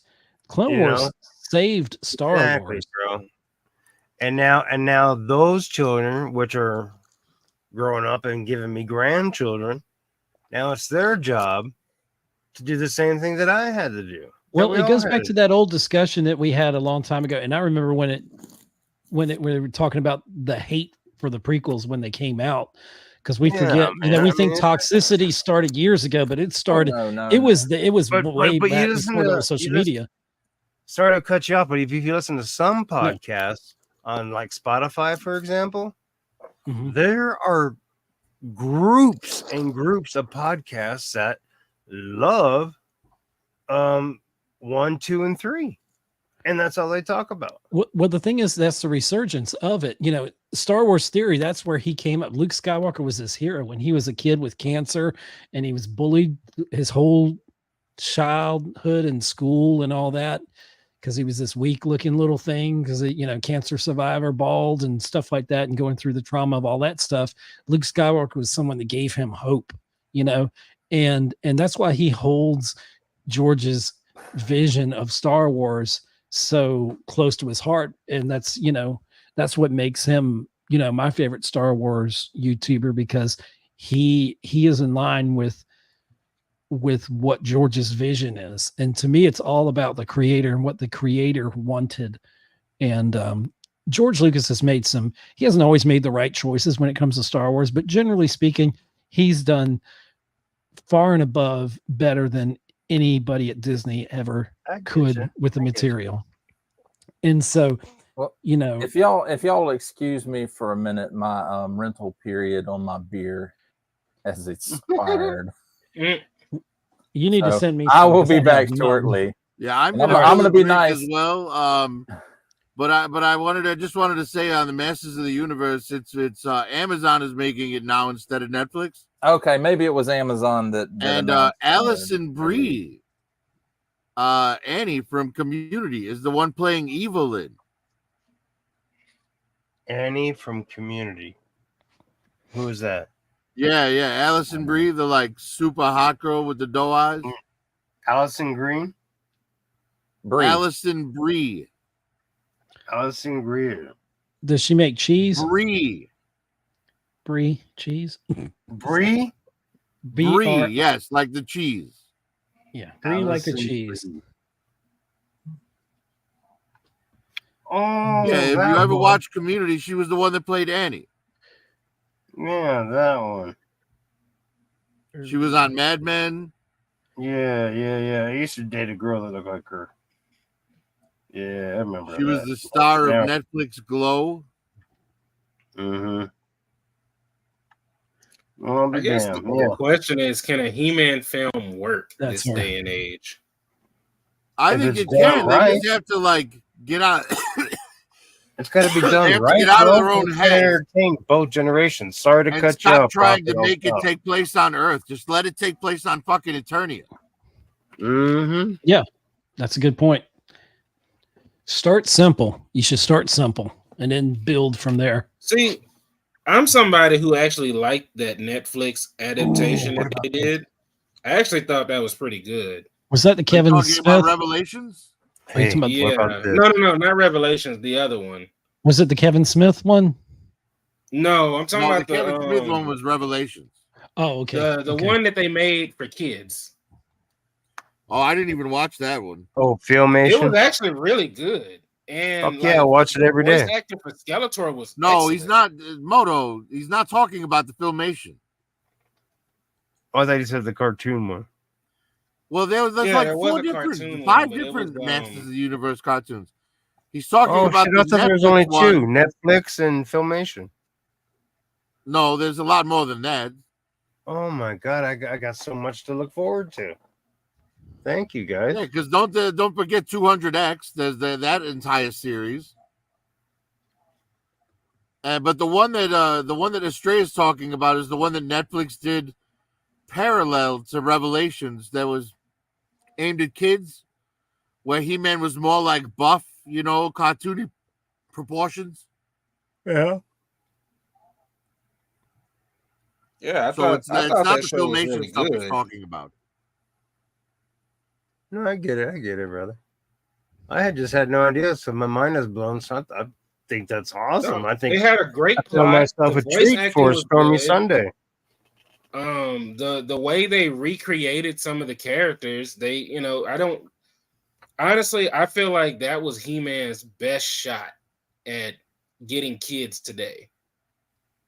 Which one? It didn't. Yeah, kids share into their own shit, Parents need to stop projecting on their kids. I understand that G.I. Joe dies with my generation. That's fine. No, it's not. Why is it not? Why do you care? Like what happens beyond your death? Because I remember being 5 years old, getting a 12-inch G.I. Joe figure with a Jeep and a tent and all kinds of accessories. And there was older people buying that shit too. Not as presents for their kids, but for them. I remember that shit. Back in the 70s when because I'm a massive $6 Million Man fan. Mm-hmm. My $6 Million Man, Colonel Steve Austin, he went on missions with, I guess it'd be the 12-inch, the regular size, whatever. Is that the regular size, the big size? G.I. Joe, because he had G.I. Joe had the beard and the fatigues. Yeah, what does that have to do with today's the scar kids? And he had the shaved fro. Well, I think Moto's saying that it needs to be multi-generational. It won't just die with your generation. I think it can continue on. You got to pass the baton, you But know, why does that even matter? because Why there's does it people. matter? That I can't answer. That would be for the next generation. It mattered for me because it was part of my childhood. Why does it matter now? But Right. it's That's not for part them, of your not kid's me. childhood. Right. Well, you know, it's something, and this goes in line with that. You know, there's a whole generation that was brought up on the MCU, right? And then after Look, Endgame, I'm just saying we're such egomaniacs well, the thing that we is, can't like handle when a Star Wars show is bad because we feel like it ruins our memory of Star Wars as it was. And it's like I don't know because Star I told Wars you is guys always I gonna actually be well, like some that. Star things, Wars. things I should be like allowed Alpha to evolve, but gosh, that gets into a lot of things. It's almost like your favorite artist, a music artist. You want them to play. Do you want them to 40 years from now to be playing the hit song that you liked or that album that you liked, or do you want them to grow as an artist and evolve? Most Just like fandoms But don't want you Metallica. to but grow and it's evolve. Like And with like it's GI Metallica, Joe, irrelevant. I want to can, listen to old Metallica and new Metallica all the right, But time. it's irrelevant right. what you want for other people because they are not your slaves. That's true. And like I was saying You don't about get to determine the whole whether a generation, band like makes a change, right? Do the I whole wish Metallica generation, had continued making great metal music? I do. But they Yeah. decided to be a pop group and that's their choice. um, It doesn't thing change is- how much I love Master of Puppets. right. Wait a you minute, know? wait a minute. Did you just say Metallica became a pop group? That's Well, I kind mean, of how pushing else it. do you describe their later albums? I would say the Black album, Yeah, brilliant. they became a sellout because the bassist at the time said, "Yeah, we're a sellout. We sell out arenas. We Well, sell out." There's the example of sell out MC concert Hammer when halls. people called him a sellout, and he said, isn't the idea of every artist that we want everyone to hear our music and enjoy it? He said, if that makes me a sellout, then call me a sellout. He's like, if I'm Exactly. selling 10 million And then- copies versus selling them But- out of my trunk. But that's I not don't care exactly if someone's that's a not sellout. exactly Let what they them be a meant. sellout. I know. And That, then, I and mean, when then you, It's just they up did to the Saint Black Anger. album. I liked And Metallica's music, and after the then- Black album, I didn't. It was like they were a whole No, different Black band. Album to me. Well, they to did. me, They at did my age, change. Black Album was a fucking what's that famous producer Rick Rubin, what- Rick Rubin. Rick Rubin? Yeah, that was total He's a Rick Rubin genius. production right there. That pissed me off. Well, and But I'll give you the after Black opposite of it. album, they came out with Saint Anger, which was nothing My- but fucking pots and pans. It was a I was total never- highlight. Well, don't forget Load and Reload. Yeah, No, Load and Reload's pretty fucking good. Well, the thing bro. is- It's pretty fucking good. And what was the one S&M? I Was it disagree, S&M, the man. one they You're did with always the what they did symphony? on oh my pop god, songs. They did all the S&M I have covers. on DVD Yeah. and CD. But here's the thing: it's like one of my favorite groups of all time, and they're still making music that's in the vein of what they make, but it changes, and they're a little bit more nostalgic on their sound from their not so much what the fans are grooving to, but the new fans are getting it, and it's multi-generational. Is Def Leppard. You know, their big stuff was with Mutt Lange in the 80s, you know, 70s and the 80s. Yes, their best music. But I've been a fan all the way through their albums, through the 90s, through grunge, through all that, through the 2000s. I've seen them in concert twice, and I think they're arguably better than they've ever been as a band. And they're allowed to evolve, and their audiences are multi-generational, and it's just like Star Wars. Like the original trilogy, when we got into the this goes into the fandom and passing along what you love to your children. The original people that watched the original trilogy of Star Wars, when they went to see the prequels, they were so excited. They took their kids, they took everybody, you know, whatever. They're passing it on because their parents or whatever, when they were coming up, the kids were growing up, when they were kids, their parents loved Star Wars. They took them to see it. Then they passed it along. And then when you get to the prequels at the time were seen as a disappointment. It's kind of like after Michael Jackson made Thriller, he made Bad, and then, you know, it's kind of a downward trajectory. It was always going to be a downward trajectory, even though Well, it was let me still ask you successful. this. And so it's the same thing with that. They didn't pass their love along for their fandom. There was this oh, I'm disappointed in Star Wars, they passed it on to their kids. So their kids didn't pick up from the prequels. So the prequels for about 20 years were left in the dust. And oh, this is crap. Then we get Disney Star Wars, flash forward, and everybody's super excited. Everybody's on board for the first film, and then it goes south on The Last Jedi, and then Rise of Skywalker, or Fall of Skywalker, I guess we should call it, was disastrous. So now people are looking back with much love and admiration for the prequels that were hated by the last generation. And so it's kind of like, to wrap the whole thing up with the G.I. Joe thing, is if you don't pass that love on to the next generation, then unless they come to it organically on their own, you're going to lose that fandom, and your fandom dies. It's just like a musical but there's artist. a huge difference between now and then. What's that? Well, it's how media is consumed. True. Yes. Right? Kids today aren't consuming media the same way we did. Right. Now, when we were passing on, the prequel trilogy to the next generation, they were still consuming media much the same way that we are, going to the theater, watching it on television. Right. Right. But these kids today have the attention, the shortest attention spans ever. Right. All they watch is TikTok videos and shorts and stuff like that. You can't get these kids to sit down for a movie. Not for 2 hours, not for a 3-hour movie, not for Lord of the Rings. If Lord of the Rings came out today, Peter Jackson's Lord of the Rings now, I don't think it would be as successful. Tolkien fans are different. I feel like they're more. You think Star Wars fans are hardcore? You don't mess with a Tolkien fan. You don't mess with their stuff. But We've seen that with Amazon. Before you take it off on another tangent, and I don't get to finish my thought as usual. Sorry. I apologize. And it's mostly a boy thing, right? Boys are the ones that get hooked on their nostalgia more so than girls, right? Like, the Barbie movie was successful, but where's the Bratz movie, right? Where's the Polly Pocket movie? Where's the Strawberry Shortcake movie, right? Why is it all of these 80s, nostalgia like franchises that are being brought back to life now were all boy franchises,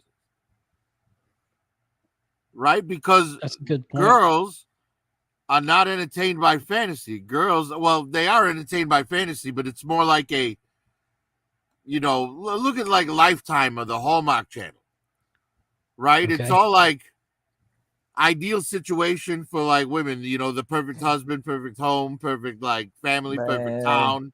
You had to bring that shit That's up. what women fantasize about. They don't fantasize about aliens and robots. That's a boy thing.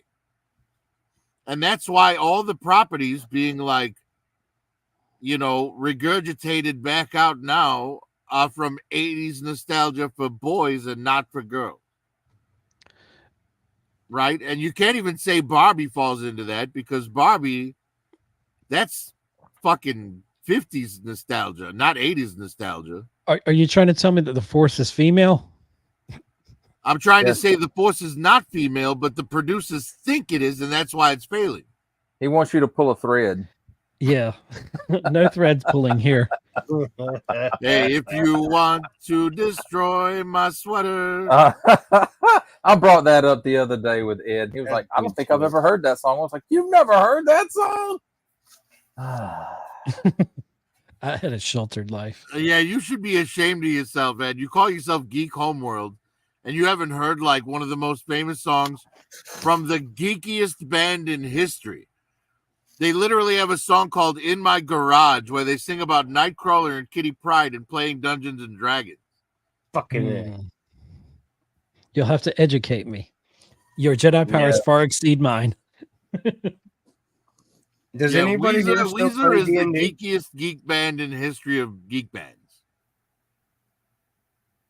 Of course, that was before like nerdcore. I thought you were talking about Josie and the Pussycats. I actually like that movie. That movie's kind of a guilty pleasure of mine. I'm talking about the cartoon, bro. The cartoon. Teenage girls from the 90s are perfectly cast. No, I'm with you, Prophet. Hey, do y'all mind if I interrupt and ask a question real quick? Sure. Join in. Shit. Rosario Only way you Dawson can ask played a Valerie. Question. I got thrown off with Josie and the Pussycats. I was going to ask you a question about a topic you said a minute ago. Never mind. No, what was it? Go ahead. No, I brother. don't. I got to take these fucking heart pills, and my memory is shit. That's okay. Well, that's okay. I'm not Our taking any pills in my memory. Shit. Guess what? Our Yeah, opinions don't are mix shit. those with alcohol, man. Alcohol's bad. Okay, you don't want to do alcohol. Okay. Oh Lord. No, Rosario Dawson is in Josie and the Pussycats, man. She plays Is she for real? what's her name? Valerie, right? The drummer. Oh, you know what? Yeah, Yes. she does. That's true.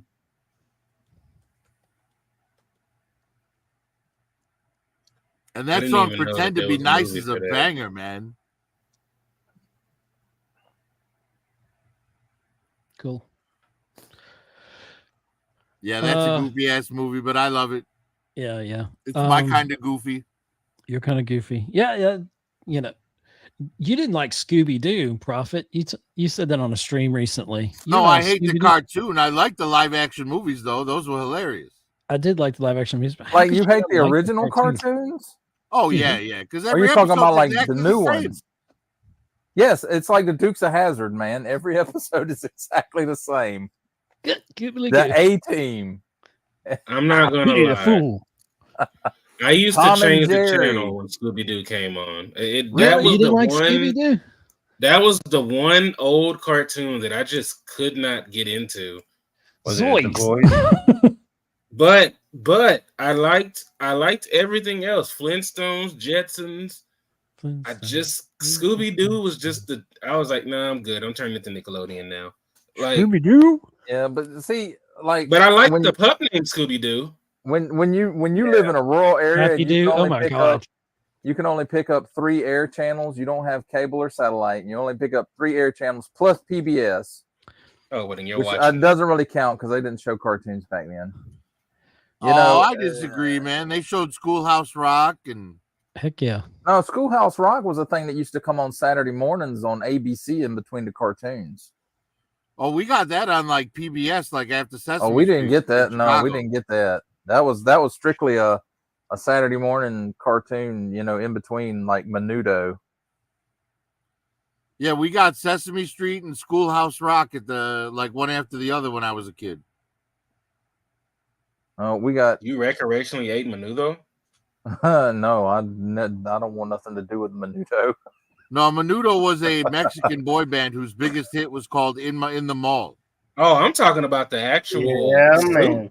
Y'all talking I about Ricky thought Martin. you were saying like you ate that like on a daily. I was like, damn.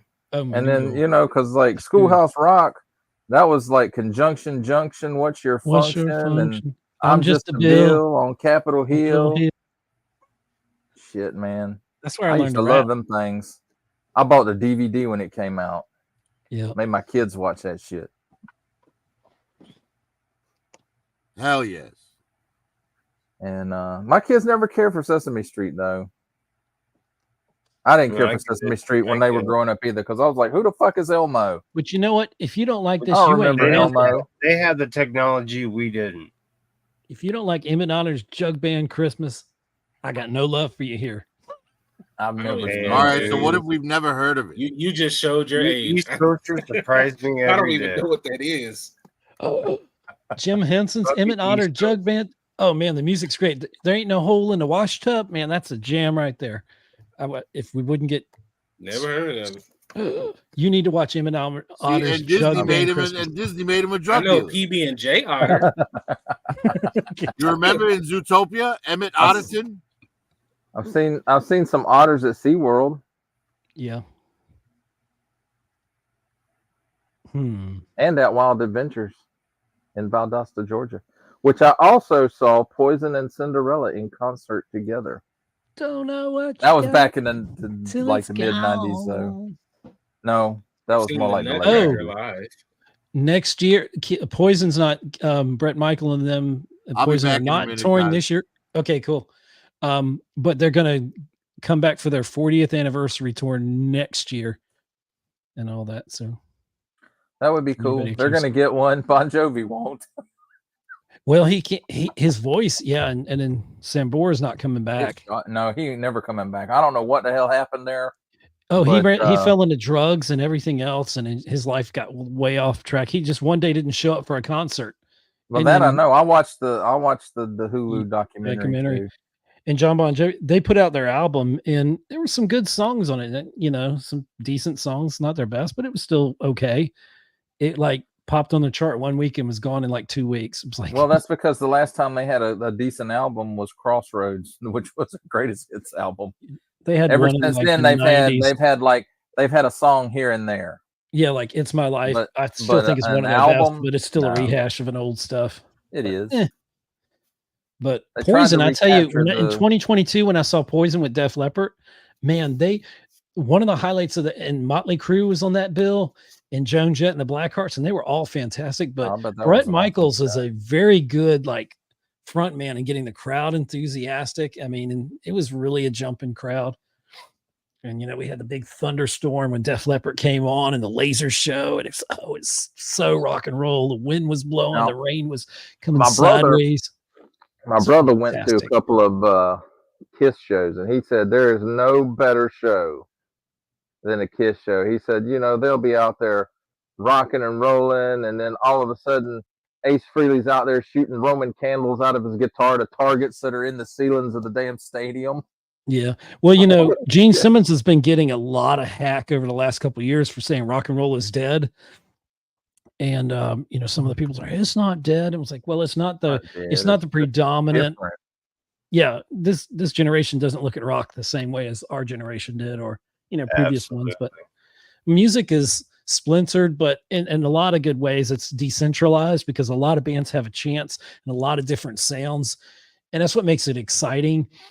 But yeah, I mean, if you're a hardcore fan of somebody, you don't care about the charts and what's popular. I mean, Def Leppard hasn't really had a hit until recently with Just Like 73, which became like a #1 hit in England because people are buying vinyl records again, and they put it out as a single, and it's shot to the top of their charts. But it's a really good song. It's kind of a throwback vibe, but it's not necessarily their signature sound, but it's a good song and it's catchy, you know. But it's like if you appreciate an artist, you appreciate them through all the seasons of their creativity. You know, if Caveman's you put out over 800 videos, not everybody's going to like every single one you do. Oh no! But Especially that they'll one dude. generally like, It yeah, looked you had like that one snot. hater. No, I've had a few not so nice comments over the years, but it's Right. just those people that pop into your channel, make a nasty comment, and you never hear from them again. Right. They're just there to poop on your parade. And I've ruin your day and I've your honestly stopped engaging with them. Like the last one, he said one of my videos, the color looked like snot.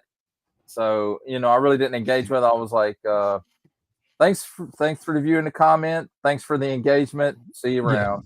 Thanks for the view. It still counts. Yeah, that's right. Yes. And, Thank and, you, and the comment it Appreciate still it. counts as engagement. You give me a thumbs down, I don't care. It's still engagement. But Engagement. you know what? If you're going to give me a thumbs down, at least be big enough to come in the comments and tell me why. And don't be like, oh, because you suck. That ain't a Well, reason. You recently got your first member about a month ago, right? Oh God, no, man. It's been like 3 months ago. 3 months ago. And so, you know, they're on yeah. your King lower in the tier of castle. your membership plan. So, I mean, that's really, those are the people, you know, I've heard in podcasting, we talk about, because I had like Daniel J. Lewis on here, Ray Ortega, and some other people in the industry, like especially on the 10th anniversary episodes. So if you go to youtube.com/at Geek Homeworld 4248, or just look for Geek Homeworld, you'll see we had the Big 10. K-Man was on that episode with me, the 10th anniversary special. And we talked with Daniel J. Lewis, and, you know, we talked about the fact that I'd rather have 10 dedicated listeners, or like your membership there. He's dedicated. You know, he can't wait for you to drop a video because he's spending his own money per month to be a member of your channel. And so he's putting his money where his viewership is. And I'd rather have 10 people that are, or a group of friends like you guys that are checking out my content and I'm checking out your content, than have 100 people subscribed and and 80 or 90 of them never watch or never listen. Thanks for the subscription, but I want people that are engaged in content, you know, and I can cater my content to some of their needs, you know, if it's within the scope of what I'm trying to do here with this channel. But all things evolve. When you're a creative person, you just want to create, and you know, it's like the poetry I've written. Most of the poetry I've written in my life, no one's read, but some of it's been published. But I'm not making money. I've never made money off of it. I haven't made money off of podcasting it since 2008. And one day I'll get there with YouTube, I'm sure, but I do it for the love of it, you know. Like me and Caveman tonight, we're both sitting around doing stuff in our respective houses, and I was hinting around that, hey, do you want to live stream later at 9:30? And he's like, are you saying you want to live stream? I was like, yes. And it's like, because it's a fever. And you know, it's like when you're not creating, I think of someone that I admire like Prince. That man couldn't stop creating. He would have music in his sleep. Michael Jackson was the same way. You know, when you're a creative person, you have to create. It's not a question of you want to, you have to. You can't exist. It's like breathing. It's like a day that goes by I don't podcast or create some type of content, I feel like is a wasted day of my life that I'm never going to get back. Okay. Thank you. I don't have to worry about that. I have enough to keep me busy.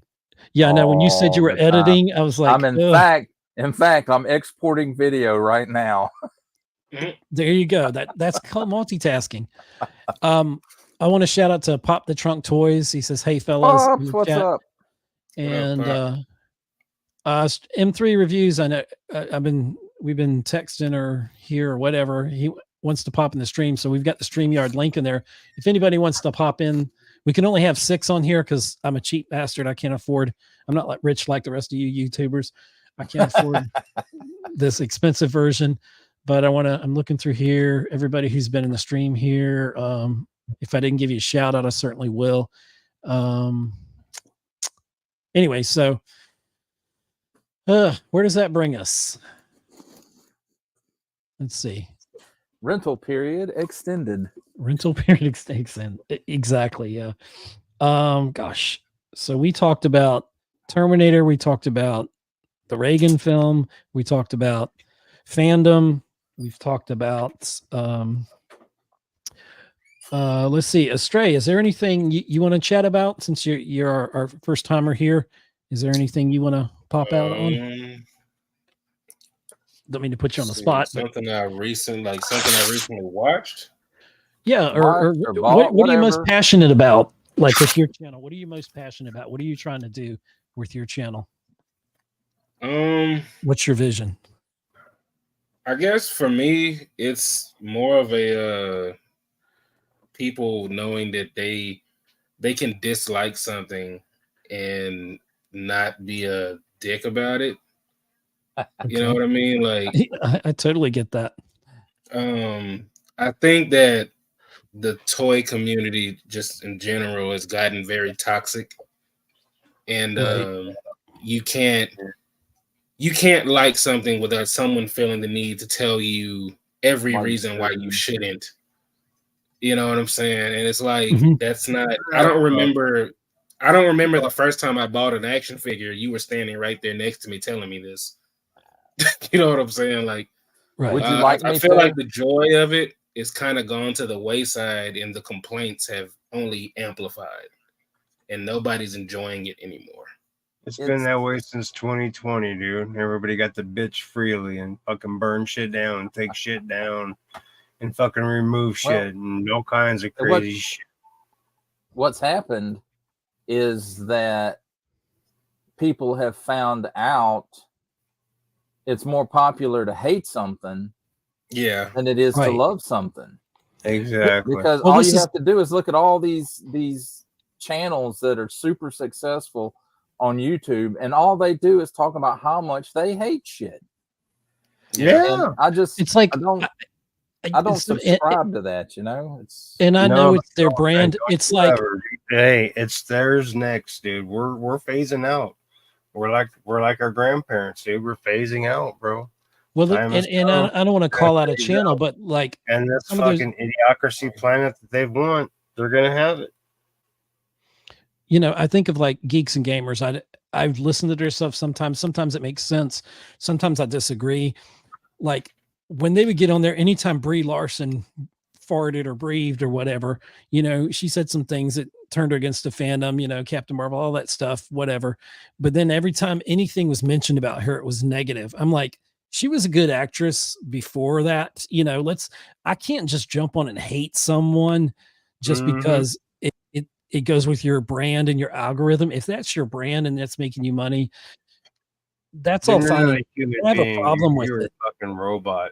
Yeah, you're a robot, and and yes, they're far more successful than I probably ever will be. And I'm not trying to cast any doubts or disrespect to them, but and they're not the only ones that do it, of course. But it's just, it's being a Star Wars fan is difficult because I'll like things and then I'll go online and I'm like, I've had my opinion molded because we've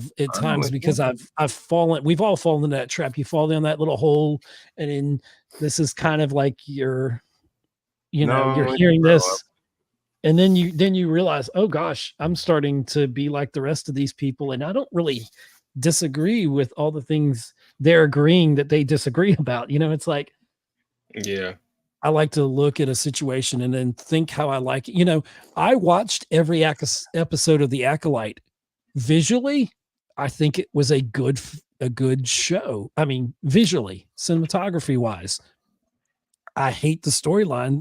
They pissed on the dead corpse, and he's not even dead yet, of George Lucas and everything that he created. And that's where, they was a made turn away from it. A creepy old caveman. Plagueis I resemble that remark. Look what I have right here. The best Star Wars book ever written. And that was a hell of a book, man. That was that's an excellent book. Hey, man, it doesn't say legacy. What do they call it now? Since they it doesn't say legacy on it. It is legacy, though. That's because you bought it before they decanonized all that shit. Yeah. It's still canon to me, and it still will be canon to me. And wait, are we still talking about robots? Well, I got a robot here. Okay, well, hold on. I bet you do. Is that the P. Diddy version? Hell no. What do you mean it's still canon to you? I don't give a shit. It's still canon. It's not your property. You don't determine what canon is. They do. They took what Lucas gave them, the blueprints for the trilogy, and then what they did is they decanonized. No, it's R2D2, but it's. I know what they did. I'm just saying they legally own it. They have a right to do that. They do have a right to do that, but it doesn't make it right that they did that, if that makes sense. Well, but what you're saying is an opinion, not a fact. It is an opinion, but I guarantee a lot of people will agree with that opinion. You're right. It's not a fact. It's still opinion. But what is a fact is that this guy is fun to put together, but the stickers on it is a fucking pain in the ass. Oh, is that the model kit? This is the model kit. Oh, okay. And let me tell you guys, I had to find the pointiest scalpel that I could find in order to apply the stickers on this damn thing where they went.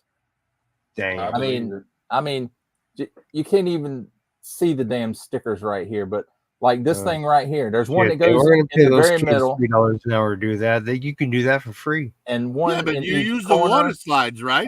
No, hell no, I didn't. I hate the water slides. It's regular. The water slides are so much better. You have a but I don't like to do water slides. I hate them. I hate water slides. I hate stickers, period. Because I have that same exact model, but I use the water slides on mine. Oh, I hope they were easier because these were a fucking pain in the ass. And I don't even know how well they stuck. That's the beauty of a water slide. It doesn't stick immediately. You have time to adjust it. Oh yeah, I know. Exactly well, these, that's why I say I don't know how well these stuck because it actually let me adjust them.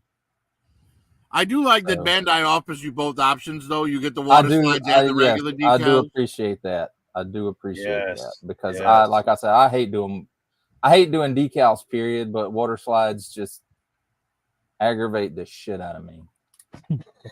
Don't go chasing water slides are so much easier than. And I was lazy. I didn't even paint it. Caveman, I you said need I to don't feel like stick painting to the this rivers shit. and lakes you were used to. I know I should stick to regular action figures. And I got the Mando one too, but I'm still working on getting that one. I'm trying to paint it and put the decals on it. But hey, that was a good book. But All right, Astray, gentlemen, let me tell you real quick, Ed, thank you so much for hosting. I'm so Yes, blessed. sir. I was so blessed to be part of this panel tonight. thank you But for being it's here. I getting late appreciate over it. here. I got church in the morning, and then I got a honeydew list for Halloween. That's a mile Honeydew. long. Praise the So, Lord and pass the biscuits. So yeah, thank you for being yeah. here, Moto I Viper. want to wish No, he everybody said a very Halloween blessed list, night, so a it's very past blessed the Sunday. How you all have a good week, and we're going to talk soon, and we'll do this Alrighty. again. Take care, Thank man. you, guys. All right. Thank you. Bye-bye. Later, brother. See you, Frank. So we've got 4 in the stream. So I don't know if Curtis can hear us. I've texted him and hadn't heard anything back. And M3, if you want to pop in, we got room for you now. So there's 4 of us here. M3's probably two-timing you right now. He's probably over. He on probably is. He's probably on. He's probably on the phone with Pop. It could be, So you're gonna ask me something? Yeah, Stray, I just wanted to finish and say, where you mentioned Darth Plagueis, and that's when I pulled up the book here. And I said, Darth Plague, and you mentioned how they made him a creeper. That was not him. He had a public face, Hugo Damask of Damask Corporations or Holdings. Damask Holdings. It might have been Holdings. Yeah. And Yeah, so he yeah. was a very public figure. In fact, there's a part in the book where he meets Qui-Gon Jinn and his Jedi master at the time, Count Dooku. And it's like there's foreshadowing in that moment. If they only knew, Here's the thing. When Dooku was a Jedi, was he Count Dooku?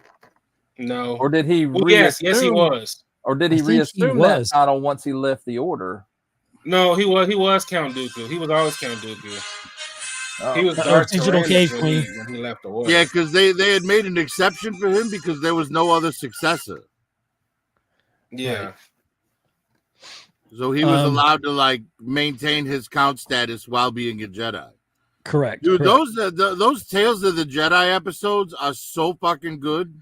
They are. They're some of the best that Disney has done with Star Wars. I'll give you and it gives you a different perspective on Attack of the Clones. Like in particular, the scene where Dooku's trying to convert Obi-Wan. Right. Like Dooku might not have been wrong when he's saying if Qui-Gon were here, he would side with me. He might not have been wrong. Right. That's true. When you put it in that context of what they show in Tales of the Jedi, yeah, I mean, give me more Dooku. I would love, more tales there. I want to see, Qui-Gon Jinn is probably one of the most underrated Jedi. I mean, he was into the living force when other people weren't going that way. He was like the hippie. He was kind of like the hippie version of the Jedi. He didn't quite fit with the status norm. It seemed like at the time, he had his own kind of thing, peace and love. He was the John Lennon or whatever of the Beatles, I guess. I don't know. Yeah, that whole. He wasn't the same after he came back from the dark side. Right. Oh, you're saying Dooku wasn't? Yeah. No. No. Qui-Gon. Okay. When he came back, he wasn't like they're trying to say like that's kind of the explanation for why he lost to Maul. He wasn't as good as he used to be before he fell. But he's one of the few Jedi to essentially ascend because none of the other ones did it. Right. So I don't know. To me, Qui-Gon is like the representation of balance. Like you gotta be able to see both sides. Exactly, because the way I understand it is the reason that Qui-Gon was able to transcend after his death was because he didn't adhere to the strict Jedi code. Right. He was able to study things that weren't part of the code. I kind of think if you put it in biblical terms, it's kind of like, if Jesus came back, he wouldn't be happy with all the world versions of religions.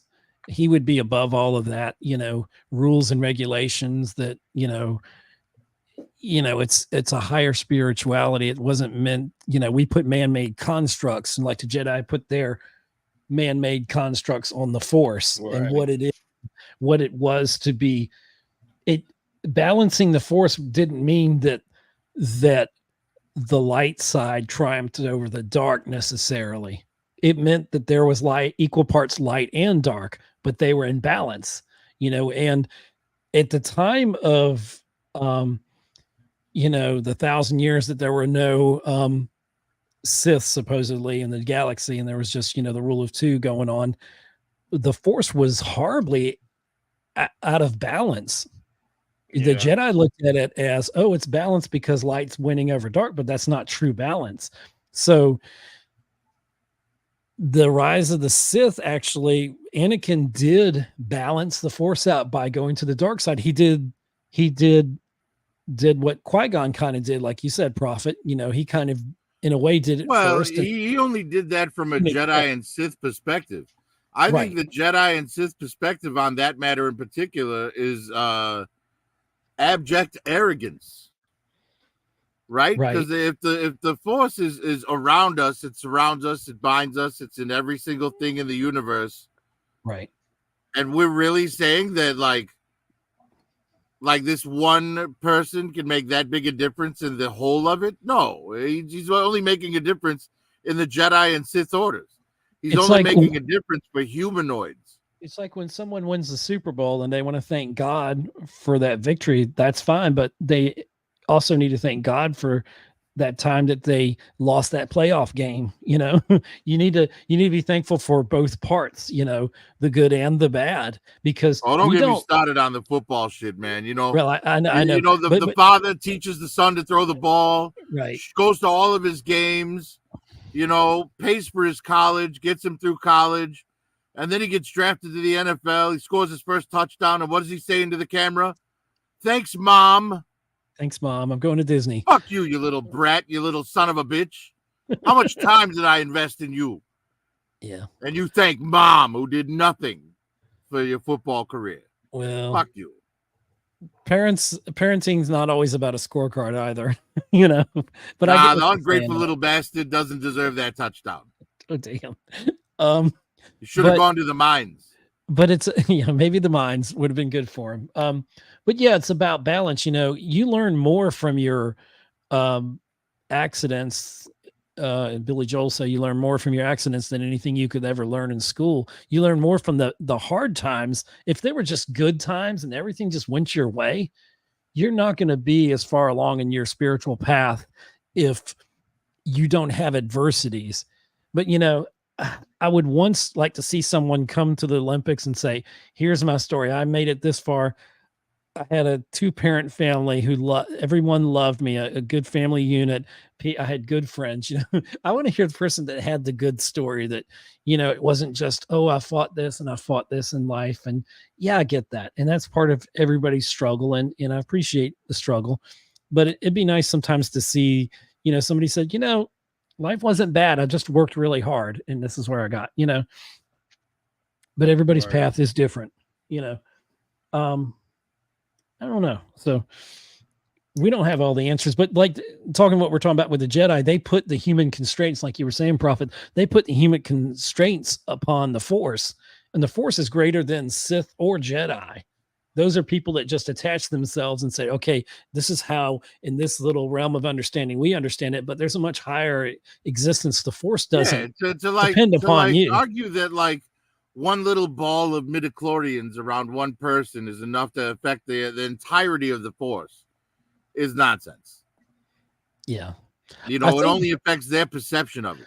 I think George Lucas was trying, and they're purist going into the prequels that didn't like midichlorians, but for some people, they appreciated them humanizing it or taking our brains and trying to understand what the Force is. But maybe we should have just left the Force as what Yoda explained in the original trilogy, that it surrounds us, it penetrates us, it helps us, but without going to because in the original trilogy, it was treated more as a religion. Yeah. Yeah, it was. The prequel trilogy took the religion out of it and made it science. It made it science. And then, of course, they were all, what does every kid love? Politics, and trade disputes. right? But I don't know. Yeah, it's they should have just left it maybe in the metaphysical kind of, what the force is. And it's like any good religion. The more people involved with it, the more we humanize it, the more we twist it to our own belief systems, our own personal beliefs, and we create heavens and hells based upon what we believe in, and the truth is somewhere in between, or not in any of that. I don't know, but I think that I think so. You're talking about balance, right?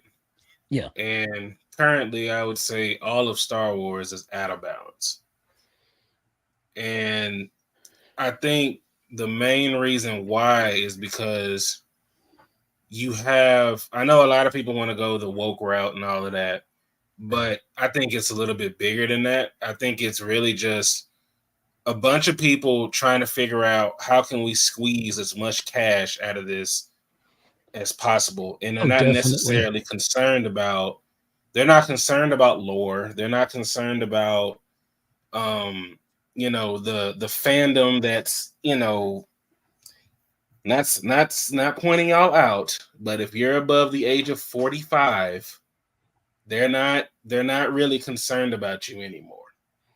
Right. They're trying to modernize it, quote unquote, to this younger group, or this base of individuals who I like to just call them popcorn.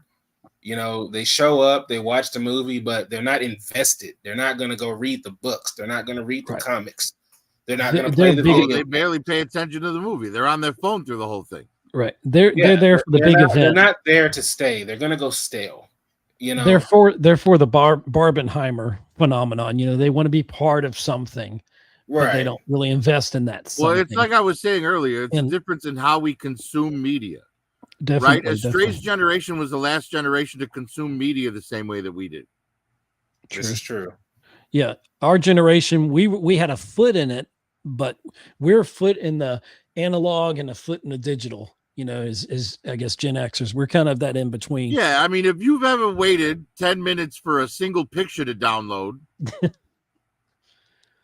then you understand what where we're coming from is like a whole day for my dial-up or whatever to download in 1999 the episode 1 trailer. You're trying to play an online game and then your mother makes a call.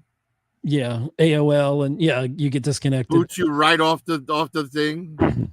Exactly. Yeah, those days are. Kids have it so easy compared to. Oh yeah, I remember AOL. I remember my mom. She never bought it. She just used the little tins that used to come in the mail. Oh yeah, it was like a little trial, and we had stacks of them. Yeah, you use it until they run out, and then you get another one. Go re-download it. Exactly, and sometimes you change the date on the computer to get past the expiration thing. But you made a point, and there was something I was gonna Estrella, that I was gonna respond to, and it just escapes my mind. Oh, well, yeah, here it is. And you're talking about people over 40-ish. Like, I'm 54. I'll be 55 in April, and I'm back in the job market after decades of being employed. And I retired in 2017. Went in the film industry for about 5 years. Then, with COVID and everything, I had to pivot out of it. It just wasn't steady, and I moved to a new city and with my wife, and then came up here and tried to get employed. And it's a totally different job market than when I left it decades ago. Yeah. And, so I'm in the process of getting an associate's degree and re-educating myself, but I'm almost done with that process. Be done in May if all things go well. And yeah, it's hard work. It's killing me, but and the older you get, the harder it gets to learn things and to retain things. It's just things don't work like they used to, and just accept your age, man, and check receipts at Walmart. Exactly. But the thing is, so it's like, I've been public with. That was That's deep. I got that. that is true. Yeah, I've worked at Walmart, so I know the whole spiel. But yeah, it's hard for you're talking about different generations.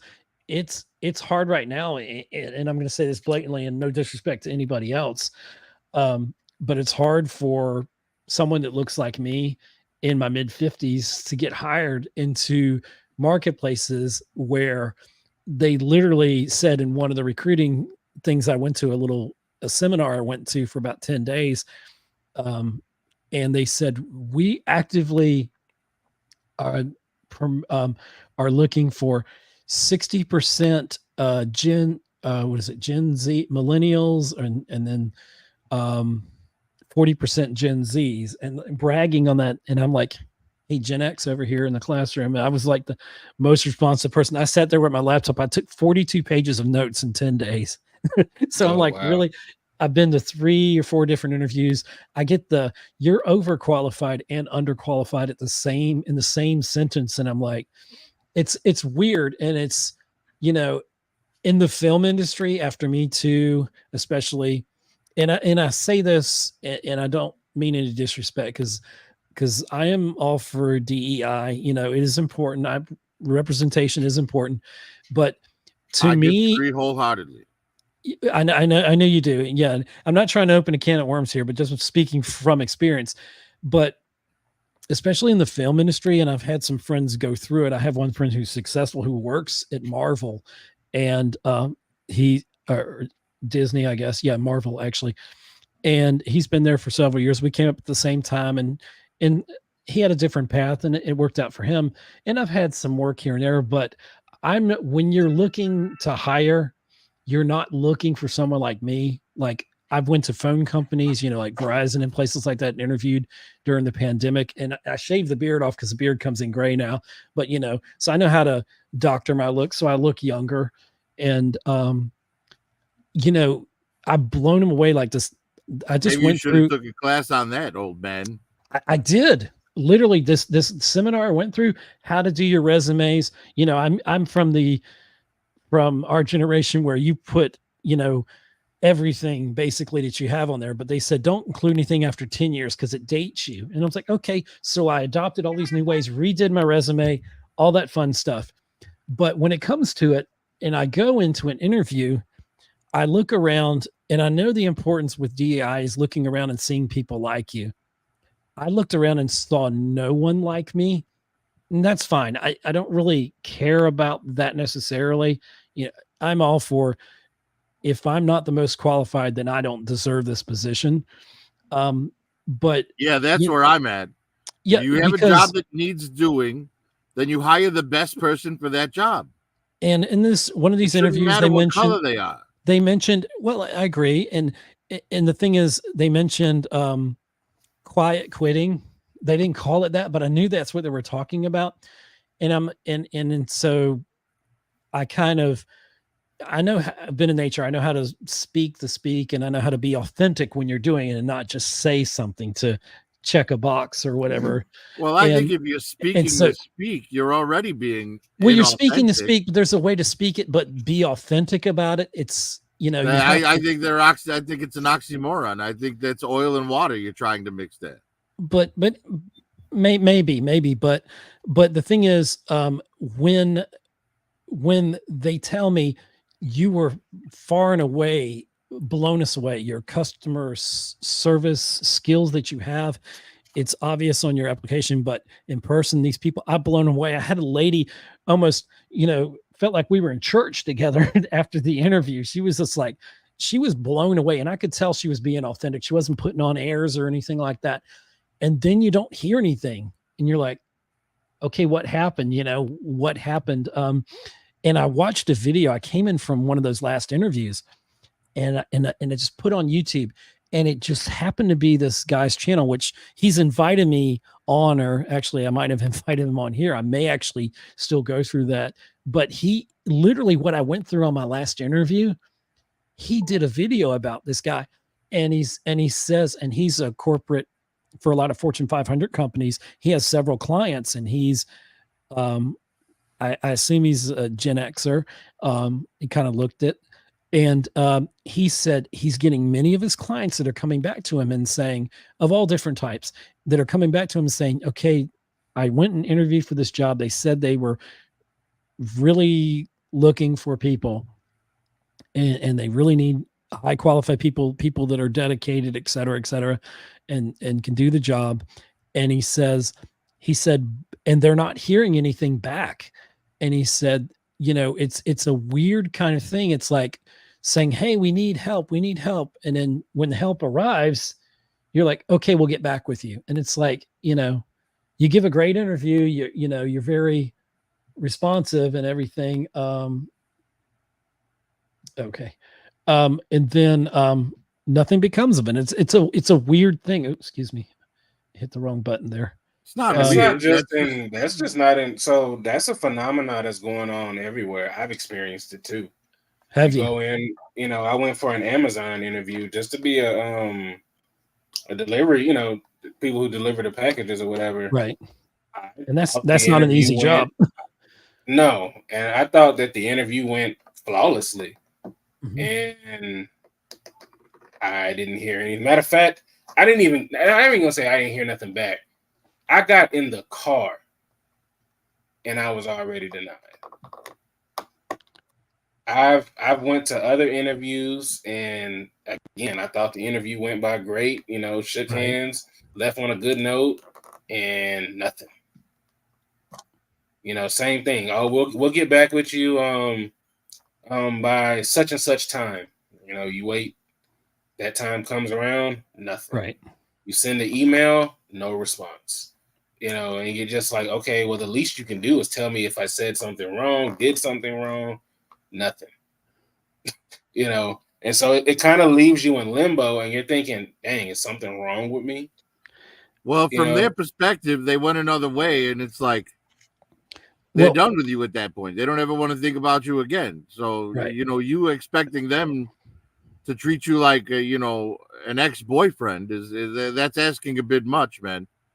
Not really, because calling it's you not, and giving you a reason why not is not something they're obligated to do. They're not obligated a profit, but I'll tell you, when I did HR, and maybe I was a different kind of human being, maybe I was just too nice to people. I didn't do it for everybody, but I actively tried. If someone didn't make it, if we went a different direction, because that's corporate speak right there. That means we already had somebody in mind, and that literally was one of the interviews I had with the same institution. And they said, we went another way with it. That job I had overshot. I knew I'd overshot that. There was an outside chance I could get that job, but I really wasn't terribly that qualified for it. One aspect that they needed, I didn't completely have, because it was a different industry for me, but a lot of those skills were transferable, and I was willing to learn. I said that blatantly, respectfully in the interview. And they seemed to be very receptive, extremely receptive to everything I had to say. I mean, it's like these people I felt like they were hanging on my every word, which they were that attentive. And then Well, you get fell nothing. for it, man. You fell for the act. It's not necessarily the act. So I was talking to the HR guy, and I mean, do you think the strippers really like you when you're stuffing dollars in their shorts? Or I don't know. They don't. They're acting. That doesn't I happen think much. you have to look at it from another perspective, Prophet. It's not about them owing me something. It's about if you're going to deny somebody, the least you can do is tell them why you were like. If a bank denies you a loan, they have an explanation for why they denied you. Correct. Now, if it's something, it's just a proper courtesy. It's like a 2-week notice. Like a job is not but with obligated a bank, you're the customer. 2-week notice. But with a if bank, you you're don't the give customer. the job They have an obligation to satisfy your needs. Right. When you're applying for a work, you're not a customer or even an employee yet. You're a potential employee.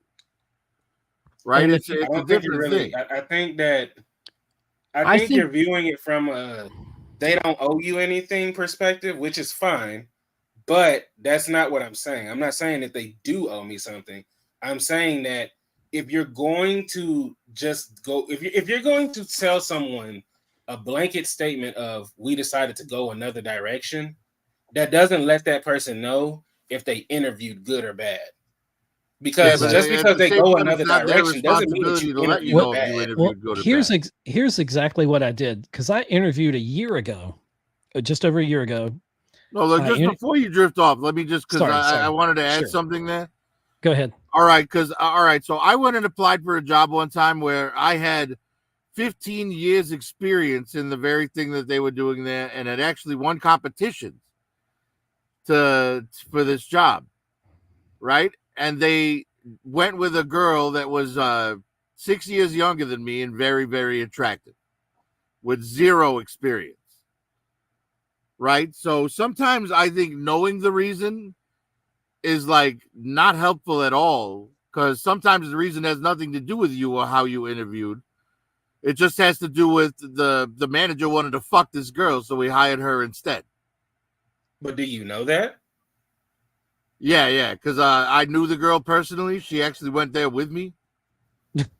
And when she went in for her second interview that I did not get, the guy just spent the whole time hitting on her. Okay. See, now so her crazy, assets got her a little bit further. But you know that her assets got her a little bit further. So guess what? The information that I'm saying, you received it. You didn't get the job because you interviewed bad. You didn't get the job because he was after an old girl. Yeah, but that's what I'm saying. When you say got the that closure. You want to know why they didn't hire you, it may have nothing to do with you. It might not be that you interviewed bad or good. Right, but what I'm saying is that you still received the information. They may have not told you. Yeah, but I didn't receive it directly from them. I got it from the girl who. Exactly, but you're still got information. But you still got the information.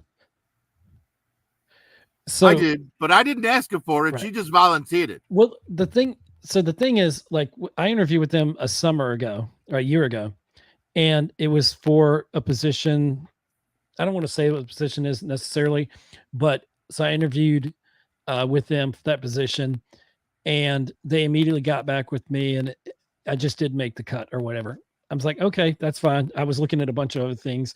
And so I said, well, I need to get a job. I need to do my part as a husband and just, a partner. I need to make sure I'm doing, I have to work. You just have to work. It's part of life. And so I was looking at stuff, and then my wife said, hey, well, at the local college here, they've got a program. They have a certificate program. They also have a degree. And so I said, well, I'll take the harder road. I'll go for the degree. Well, I hope you don't wind up like most other people with a degree and you're a barista at Starbucks. I can't see you with it wasn't a degree. It was a piece of paper. It was I didn't want to do the halfway thing. I wanted to learn, I said, okay, I'm going to dive headfirst into this. I'm going to do this. This is going to be my next career, and it's graphic design. And so I'm like 88% done at this point. So I'm glad I did that. So anyway, I interviewed with that guy, HR guy, right? And the interview, it didn't quite work out. Okay, that's fine. So you flash forward a year later when I went to this seminar that they had at the college. So my instructors let me go to that. It was for 10 days and for about a couple of weeks there. And then those people, they came there from this particular industry and said, we're hungry for people. Well, one guy literally said, if you can push keys on a computer, I'll sit you in front of a computer and hire you. Because there's, in this particular industry, you hear, oh, you need a degree for this, a degree for that. And reminds me of My Name is Earl. When exactly. They're hiring at McDonald's, the guy's like, do your fingers bend? You got to show me. I've been fooled before. So, they said this in the very place I interviewed with. That guy said that. So I'm like, okay, well, there's a chance for me then. So you're saying there's a chance. So anyway, so second interview comes. This is the one that was a little bit, I didn't think I'd get it, but I knew I could grow into it if they were willing to take a chance on me. And what I might not have had in direct knowledge within that industry was something I would learn. And they pride themselves on, well, we can train you. Well, we can basically mold anyone. And I'm like, fine. And so I was all for it. Gave a great interview. blew them away. I felt like it was one of the best interviews I did. I really showed up and showed out in a positive way. And they got back with me and almost immediately said, we went a different direction. I come to find out that they hired internally. So basically they did what we had to do when I was in HR. You had to do at least 3 interviews, right? Mhm. And so sometimes it had to be all internals, or it could be a combination of an external or whatever. And most times you already know yeah, right. You just have to go through the motions, and and I know how that is. And being in an at-will state, you can pretty much kind of do what you want to do. It's more friendly for the employers than it is necessarily for the workers.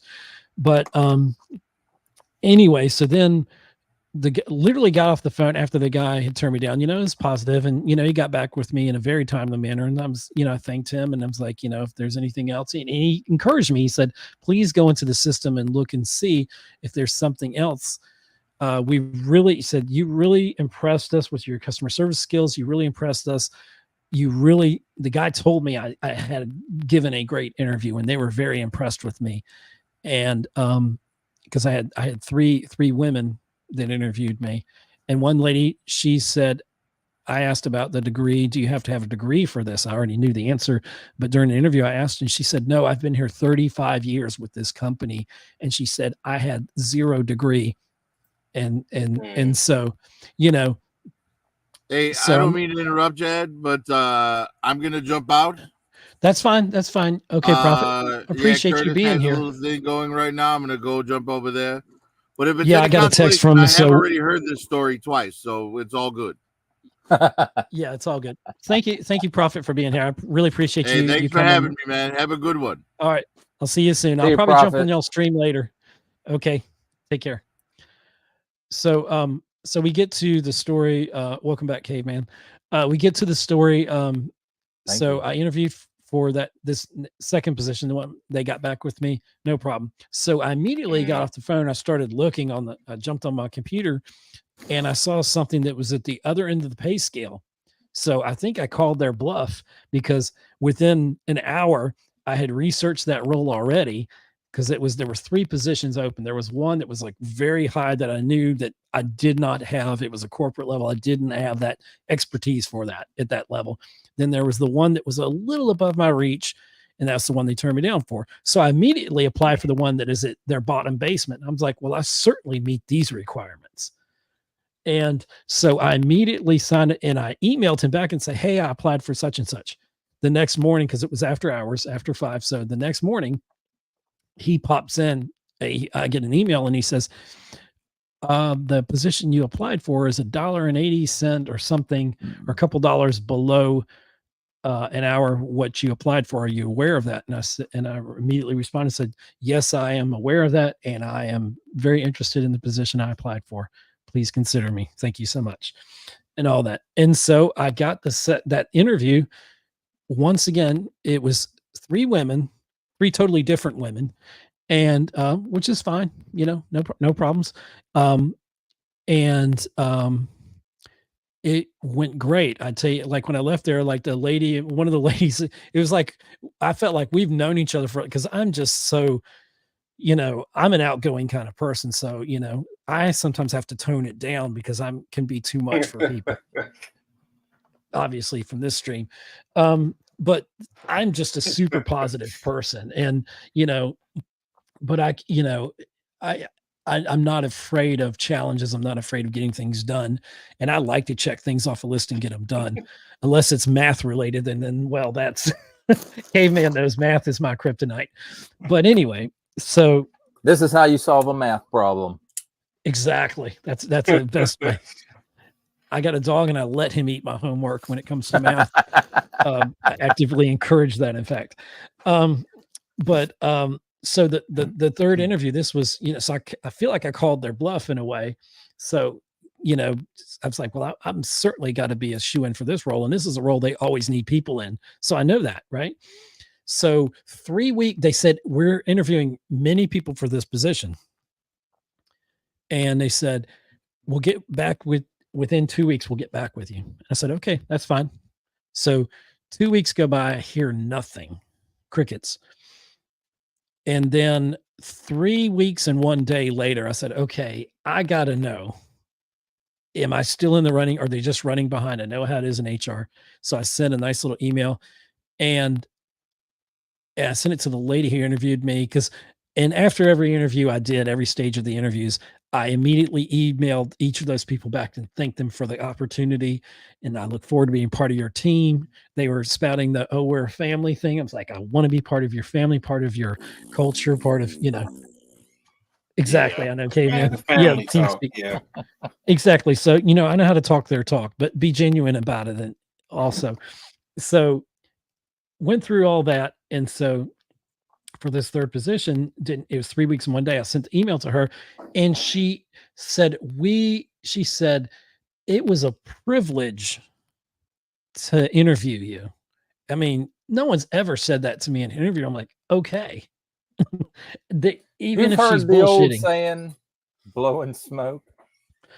I know, but it He was felt more blowing it genuine than right that. in your asshole. Maybe, but I Right didn't up feel there. it was that much. So Did you anyway, taste the nicotine? so anyway, I have the so then I emailed her, and and I was like, hey, I was just wondering what the status was, but she didn't quite answer it in that email. No, all she answered me back was, oh, it was a privilege that, we really like you. You did a great job, blah, blah, blah. But she didn't say what the next steps were. Was I hired or not? It wasn't you were rejected. It wasn't you were accepted. So then 20, 30 minutes later, I get a phone call from the HR guy. And this guy, he knows me by name by this chance, and he Is this sounds the like HR guy? this. Yeah, it was Bane pretty much. He sounded like he needed his mask because he was out of breath or something. But so he gets on there and he says, he's stumbling for his words and blah blah blah, and he's like, I'm so sorry. It was my responsibility to get back with you, and I such and such. I should have gotten back with you, and I could have been super easy. Usually, I'm super accommodating, and I was like, I'm just gonna, let him work a little bit for this apology, just a little bit, just to hear him out a little bit, and so I said, I said, I do appreciate that. I said, but I just simply wanted to know my status, whether I know it took 2 weeks, but it's been 3 weeks and a day. And I just want to know, if I've got the position or not. And he's like, and he's on the phone. He's like, in the conversation, he's like, I'm so sorry. This is not the way that we do business. We usually get back with you. And that's from our prior situations. I give them that because, they responded very accordingly before, even though it was, I'm sorry you didn't get the position, or we went a different way, but this guy was like just falling all over himself, trying to find the words. And then I finally was like, okay, I kind of, let him off the hook kind of bit. I said, well, can I ask you this? And he said, sure, anything.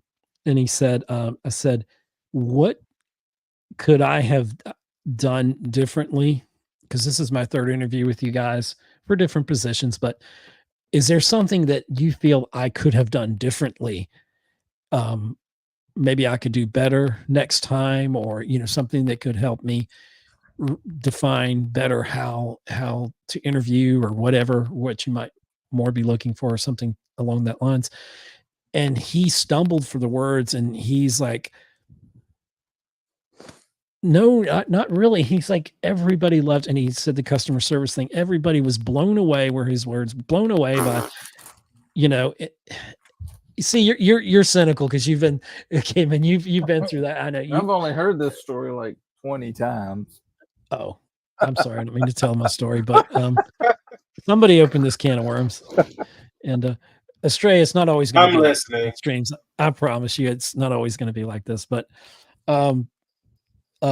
so all of that being said, I'm just like, he really didn't have an answer for me. And I'm like, so I still don't know what I could have done differently. And then he pulled something out of the air. He's like, well, you could practice interviewing more, or something like that. But it was ambiguous. It was like, what?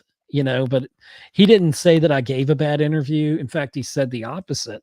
So I don't feel it was blowing smoke, but I didn't get to do it all the time, but when I was in HR, I made a point, and I know it's a different time. Practice your interviews or die. Do it. But I feel where Prophet didn't see this, I feel like you do, Astray, that if you're coming to interview with me, people like closure. They want to know, even if I didn't do bad or if I didn't do something right, let me know that I at least didn't get the position. You owe me. I feel like you owe me that. If I come in here and say that, just don't ghost me, because the last thing a company wants these days is to be ghosted. They don't want people quiet quitting. And you've got somebody like me who's got a proven record that I can stick for almost 30 years with a company, literally. That reminds me. The companies don't want people ghost them and stuff. Walmart has implemented a no quit policy. What? Oh, yeah, I saw that. You can't quit unless you talk to the manager. You can't quit unless you talk to the manager. No, I can't. Bullshit, I can quit. I can quit any moment. Watch me. Watch this ass walk out the door. My white ass again. That's right. But the thing about it is, you see these cheeks walk out that door, that's the last time you're going to see this ass. Now, if somebody would have said that to P. Diddy, he'd be in a different situation.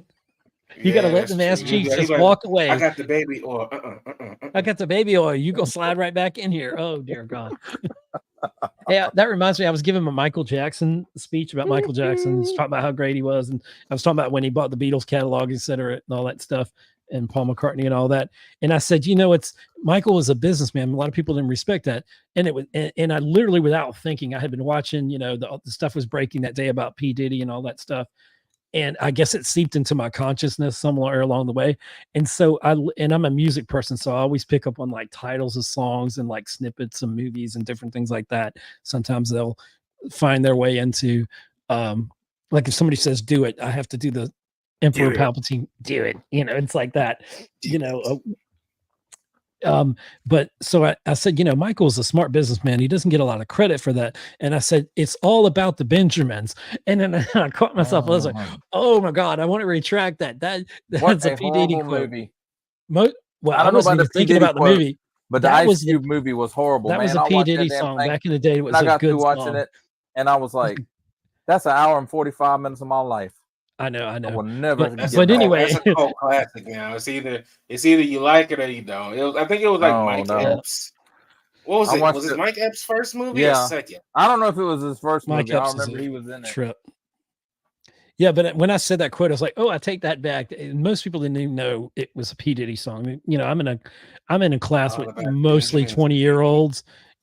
So I'm like Gen Alpha. So it's all Skibbity Toilet Ohio shit. Yeah, I know, Skibbity Toilet. Yeah, literally, there's some people that are first year where I was a year ago. I'm in the second year of the program I'm in.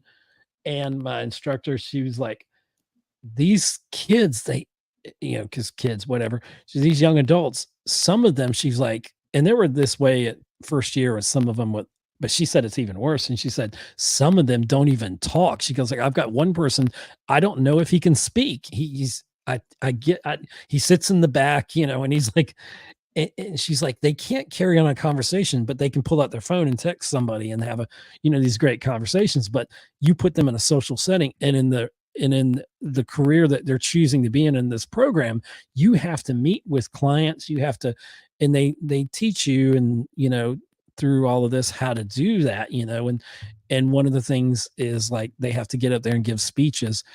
And you have to speak on a topic or something like that, and you have to be able to make eye contact, and just these things. Most things are still done with a fist bump or a handshake, and that's how a lot of deals are still done, or if they're done remotely, over video or whatever, over the internet, you still have to look at the person, have to engage them in a conversation. And you can't sell it. Client's not going to get somebody that doesn't look in there, that doesn't respond to their questions, because when you're in graphic design, you're a problem solver, you're helping with brand identity and stuff like that. So there's a lot of questions that it's a Did conversation you that has to go back say and forth. you want to help with gender identity? No.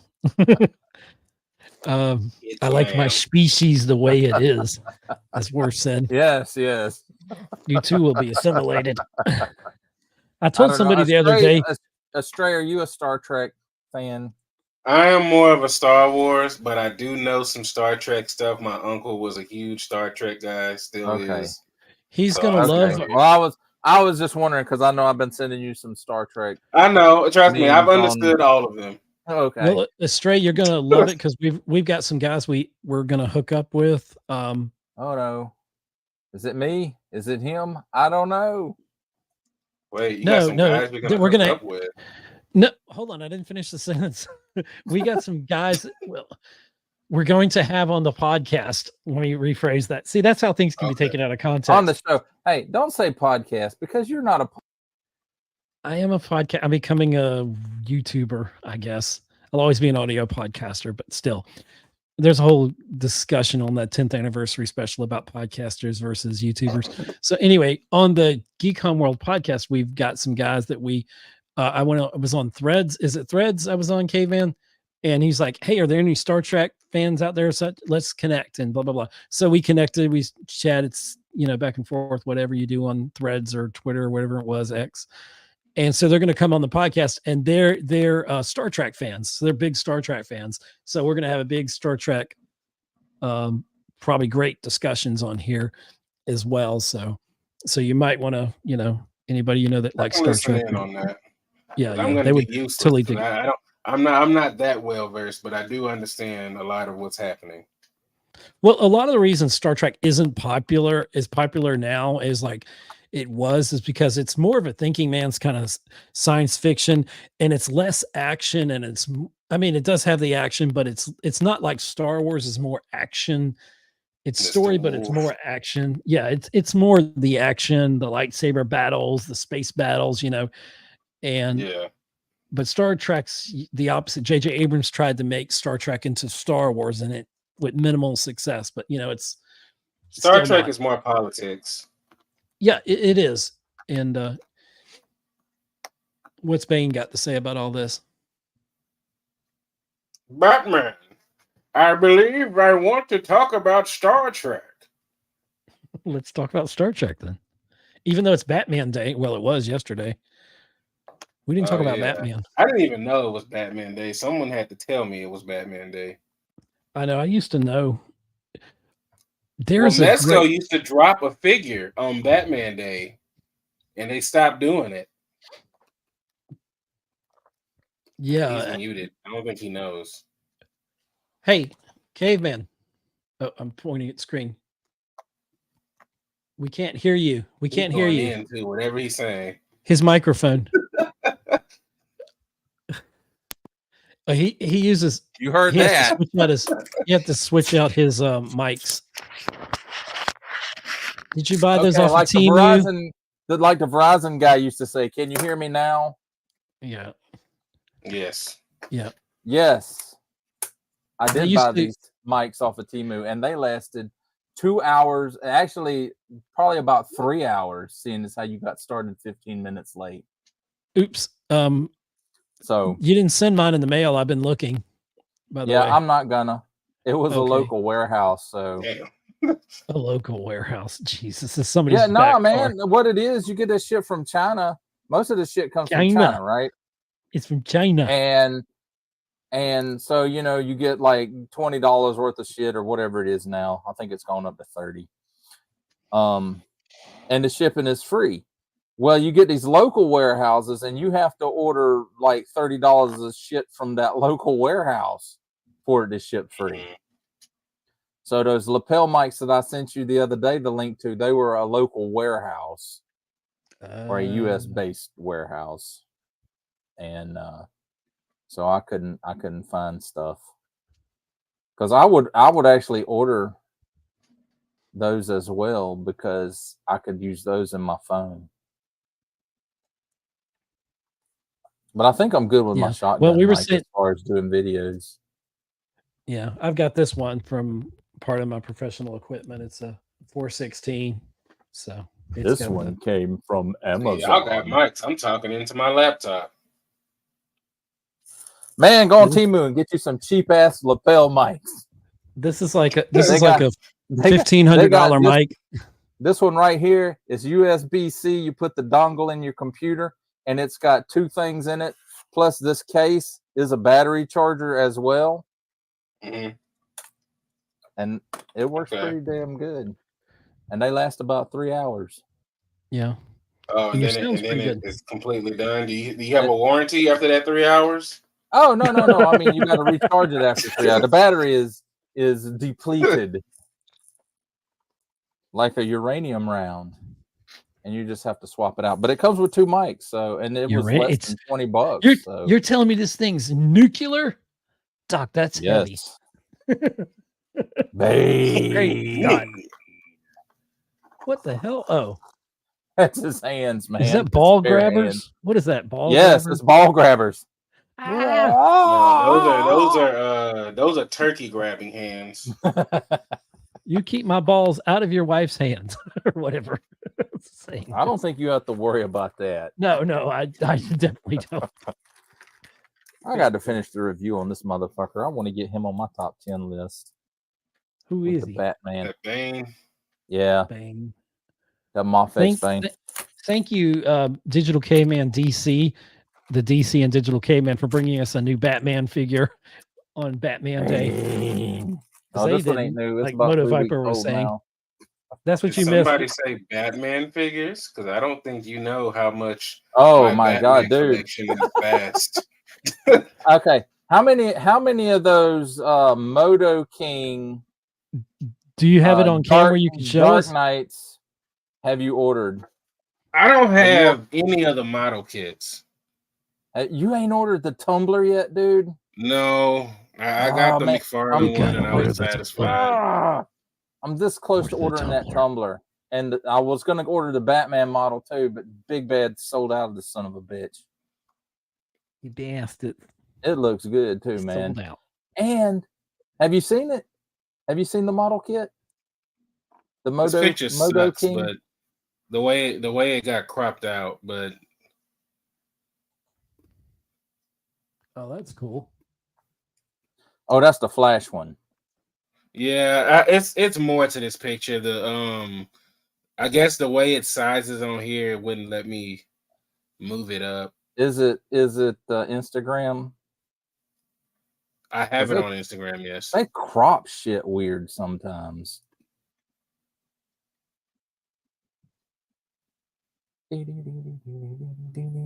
You got the Adam West Batman yet? I do have that one. Is it just me or is the cape too long? The cape is too long. It is definitely too long. I like that. There's a figure that people are getting that Hugo Strange Batman, which I have not seen, and they're swapping the capes. The other day. Really? Yes, they had like 2 or 3, like the whole case. They had the whole case. I found the platinums at Walmart. Astray. What are you on Instagram? On Instagram, I'm a Stray Blue One. They had the. There's a lot of collector corrals on there. I was looking. They had the There's like 6 of them. What? The black and the blue Dick Grayson Batman. I got my whole LLC in that name. Collector. Yeah, when I put up collector, CORRAL. Let's see. Oops. No, come back. Go back. Damn it. What was what were you asking me, Digital? I was just saying, they must have got the whole case in at my Walmart because they had the black and the blue Dick Grayson Batman. I want the blue one. I don't really want the black one. Did it show up in the comics more in the blue or in the black for him? No, I don't know. I wasn't reading them then. He was in the black when that particular storyline happened. It was black. It wasn't blue. I just like blue better.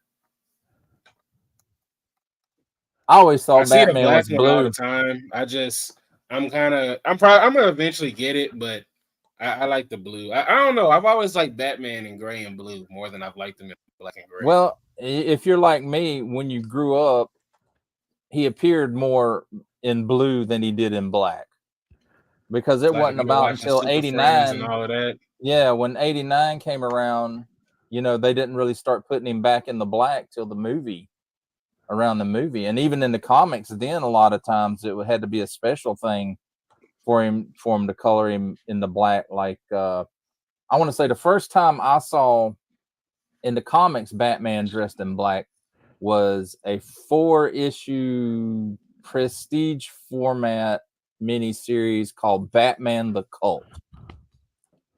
And I remember going to the comic shop, and I must have been, I don't know, maybe 13, 14 at the time.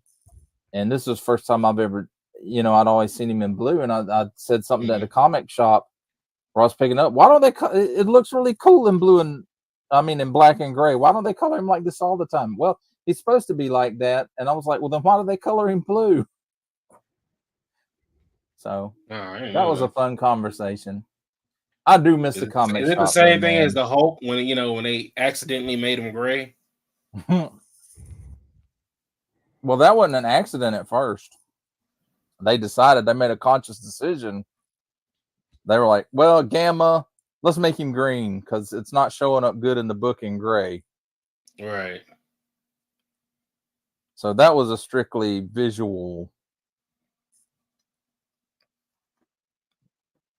Yeah, I don't know. I've always preferred the blue and gray. I know people. I mean, I don't have a problem with black and gray, obviously, but I whenever I get a chance to get a good blue and gray Batman, I always go for that one. Oh, did you see the one with the Bat Hound? Ace the Bat Hound is like the Silver Age Batman with the Bat Hound. Oh yeah, I pre-ordered that one. I was like, man, that would be so much cooler if they put a classified series style Ace the Bat Hound in there. But you know, we're talking about a pack in with a $25 figure? 20, I think 22. 22. I do like that McFarlane's when it comes to trying the to hold the articulation line. on the little animals, I don't particularly care. I'm not about to, you know. I got the Mezco snake eyes that came with the timber. Yeah. I put it in one pose and I have not changed it. Like, so for it to receive a static little animal, yeah, I'm fine with that. Yeah, I ain't gonna lie. I put my timber in, like, you know, the pose that the original one came in. That's the pose mine. With his mine little is leg, in. with his little with leg the up. little front paw up. Yeah. I put mine in like that, like, you know, when like they're trying to show teeth. Yeah. That's the pose I put mine in, and I just left them like that. I was like, I don't need to change this. Yeah. But it's cool. It's cool to have the option to change it. But I know me, once it goes on the shelf, unfortunately, it's like on to the next one. Yeah. You know, that is true. Until one day when I'm like, okay, let's appreciate toys again. And then I'm like, let me take this off the shelf. Yeah, let's take some pictures. Yeah. But other than that, yeah, static position for animals, I'm fine with it. I don't like. I started to get that Superman with Crypto, but I don't like that Buck. I don't like that either. It's that one is good for what it was made for, which is Dark Knight Returns. Right. And that's it. That's all that one is good for. Yeah, I agree. I liked it because I liked what he did when he did for Bizarro and Bat Zorro 2-pack. It works really, really well with that like kind of cartoon. Yeah, I can see that. So I bought that 2-pack because I like that. I like that Bizarro. I like that look for Bizarro. They have a Bizarro 2-pack. What? Wow. Yeah, Tupac. Yeah, so it comes with Tupac and Biggie, and one is dressed like with Superman, a gun. the other one's dressed like Batman. McFarlane, I just gave you an idea, McFarlane. There you go. I don't know how well it will be received, but if you did a Tupac and Biggie 2-pack dressed up as Batman and Superman, it might sell. And when you're at a Diddy party, they always say, "We ain't going nowhere." Yeah, well, see, if you get a Diddy action figure, it has to come with like a assortment of baby oils as accessories. Good God. Yeah, Diddy told me to run down to the Walgreens and rob them, but he told me only rob them of all the baby oil. Yeah, that's That's Man, that dude smart there, bastard. that dude Sicko. there has issues. He is going down, but he is taking a bunch of people down with him too. Oh, he's gonna take some people with him. He ain't he- going down silently. Still all over the place. You don't have $1 billion in the bank and not have people loyal to you. If you're, if you're a good person, I feel like, if you got some bad secrets Look, good and you get $1 motherfuckers. billion, ain't good people. like billionaires don't go down usually. That's bad choice of Yeah. words. Poor choice of words. Let her go. Poor choice of words. And I'm the Man. one that's been drinking. Exactly. I wish I Oh, were. man, like, Hey, we might have to jump over to Curtis's Curtis's? stream. Yeah. And all right. So, Kurt did send me the link. I'll probably end up joining in a little later. I'm gonna go downstairs for a second. I'm trying to subscribe to your channel and you gotta tell me again. I did subscribe. No, you got 2 subscribes from me. My two of my channels Oh, subscribed both to your channels. YouTube. Yeah. And you got both a of them. third one I don't know about? He's been cheating on you. He has. I've been bastard. cheating, that's right. But what are you again? Well, for people that are probably still gonna watch this Lord someday, have mercy. you gotta tell me like 50 It's- times. Where, oh, Hang hang on. Astray. Are you Astray 313? A stray blue one. There you are. I saw it as soon as I said it. Well, there you go. A stray blue one is my normal account that I kind of do all of this on, but the Collector Corral account, like I said, that's my clean one. Now, my goal is to not curse at all. I want to make it to where children can watch it. It took me a little bit to get to that point too. Yeah, Because at first I was like, yeah, and it moves like this, and it don't move right. It's a piece of shit. The range of motion on this sucks, assholes.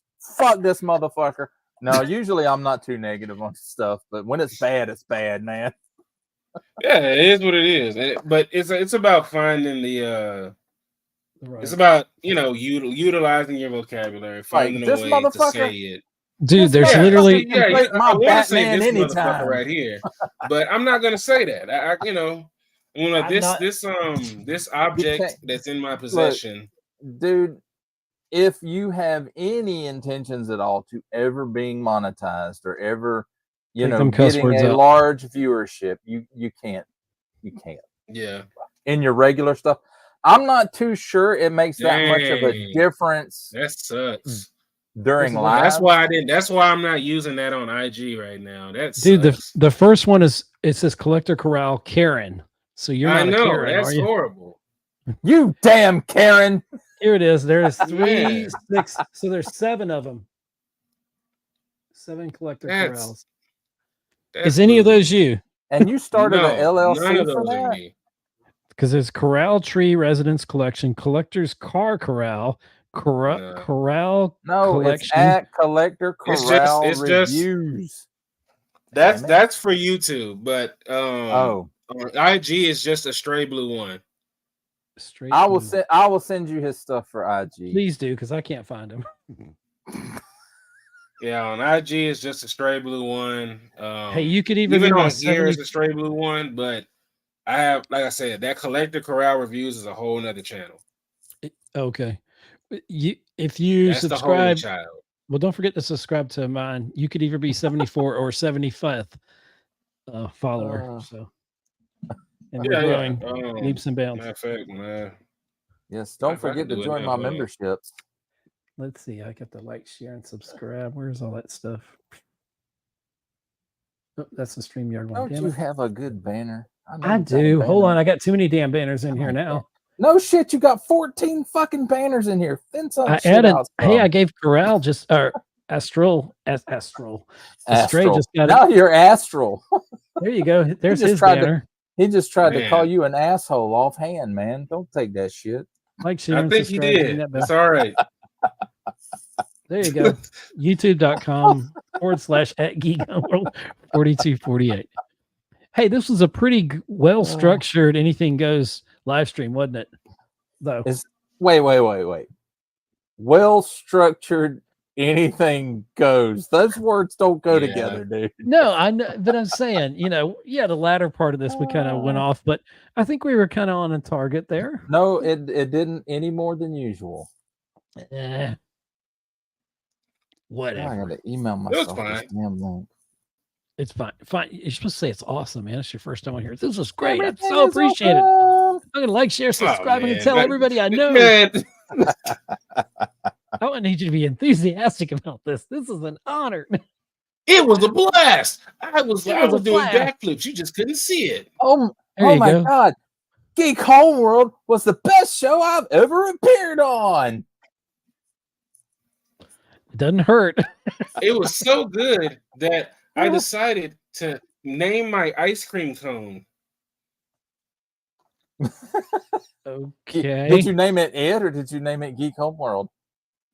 I hope it didn't Both. scare you away. No. What he really usually named it scare was people. Digital Caveman /Join. Well, I seriously hope you Nah, have fun man. being here. I appreciate the opportunity to even, man. I appreciate you giving me your platform Oh, dude. and letting me. I'm speak glad you came. my I'm You're glad welcome you to came come to back. hang out. It's fun. I love hanging out with you, man. Will do. Oh yeah, Well, it's- digital send me. Okay, hold on. Let me just get this out of the way real fast. Digital sends me a message saying want to hang out. So I'm like, okay. I click the link and I'm trying to change my name to a Stray Blue One, and I look up and it says live. I'm like, oh, I wasn't so ready. you just dropped straight into the live. I was like, I wasn't ready. That's okay. But We weren't it is ready what it either. is. I'm good at doing things on the fly. Yeah. Well, is this the person you were telling me about, Caveman? Yes, yes. Okay. I told you, you it was dropped fun the to hang out ball. with. You never gave me his stuff you were supposed to give me, so I was gonna When? like Well, a I week don't know or which two guy are you ago. talking about. Some guy he's like, this is really cool, dude, such and such. And I was like, Oh, yeah, well, maybe I let's didn't send have you him on the- the stream. I was like, let's have him on the stream, And I mean, I appreciate you never that. got I'm with happy me. that everybody likes to. You know what? I like that everybody likes to hang out with little old me. Well, that's Hey, how it's I all feel. fun, man. I'm just a local McFarlane lover. There's no joke there. I was looking for the joke and I couldn't find you it. say that like Yeah, it's that a was bad a thing. punchline. I gave up. I gave up on it. Well, it's worse than me saying that. Well, we met these two guys and we're gonna hook up, and then I didn't finish. Did you say that? I said, Dude, I am not hooking up with no dudes. We're not hooking up with no dudes. You Let's know, clarify. We're going I to don't- be on the stream. I the don't force swing is like that, female. man. The force is Nah, you know, The female. force is female. I'm swinging. We I don't covered a lot of know. I don't know topics. if I'm swinging even. Welcome to my brain, y'all. We I'm covered just a gonna- lot of topics. I'm tonight. just gonna stick with toys. There you go. Where does Toys he can get be those whatever you want them wonderful to be. toys? Usually, hey, and listen up, Big Bad Toy Store. Usually, I get my toys from Big Bad Toy Store, Big Bad Toy where Store. everybody wants should that get their sponsorship, toys from. Big Bad. Where Diddy Big Bad, gets he all needs of his campaigning for toys. that sponsorship. Shit, they ain't looking at me. They too busy looking at Robo. You know, you go to the Diddy store and get your toys, Caveman. Shit. Yeah, exactly. Hell yeah, because every order you get a free bottle of baby oil. There you go. See, you ain't never got to worry about being dry. You slip sliding away. Every month or so, I order me one of those big inflatable slides, and we put the baby oil all over it. Oh Go man. flying off the end of that motherfucker. Yeah, last time I went to Caveman's house, he had a pool in the back, but it was really full of baby Oh, it's oil. gone now. He's like, "Here, go. Let's go in the pool here. It's full of baby oil." No, Sounds- that one is that gone sounds now, slick. man. You should have heard. Oh, he's very slick. I had a damn pine tree fall over it. It was above ground pool. Fucking Yeah. pine tree fell over Dude, that's it. where Oh the my zombie God. apocalypse started. Damn. in No, the no, pool. no. This is a different pool. This is the Oh, second it's a one. different pool. The first one was one of them damn inflatable ring ones. This other one was one of them with the steel rods in it. Hey, I gotta go check. I'm gonna have to end this stream because I gotta check on Puppy. I'm being a bad doggy dad. He's we've been on her 3 hours. I'll see you over Ouch. on. Hey, but don't forget to like, share, and subscribe at Digital Caveman, YouTube.com at Geek Homeworld. I said at Digital Caveman. Well, whatever. That too. 42. Wait a minute. Uh-oh. Breaking Oh. news. That does it for the stream. I hope you enjoyed it. We enjoyed making it. Only support from viewers like you make this programming possible. Each view does count, and we do appreciate each and every single view that we receive. Thank you, and thank you so very, very much for supporting this channel through viewing. Now, if you are interested in supporting my channel further, I am now offering memberships at various tiers. Click the join button on my YouTube page, or, well, it says check this video's description, but it's not in this video's description. I'm too lazy The to put link description. and see if any membership offers are right for you, but only if you are in a position to do so. Comment below, like, share, subscribe if you would like to see more content or just to help the channel grow, or both. That's even better. And don't forget to ding that bell so that in the future you will be notified as the new content becomes available. That's a wrap, folks, and we'll see you next time. That's just the end of the stream now, right?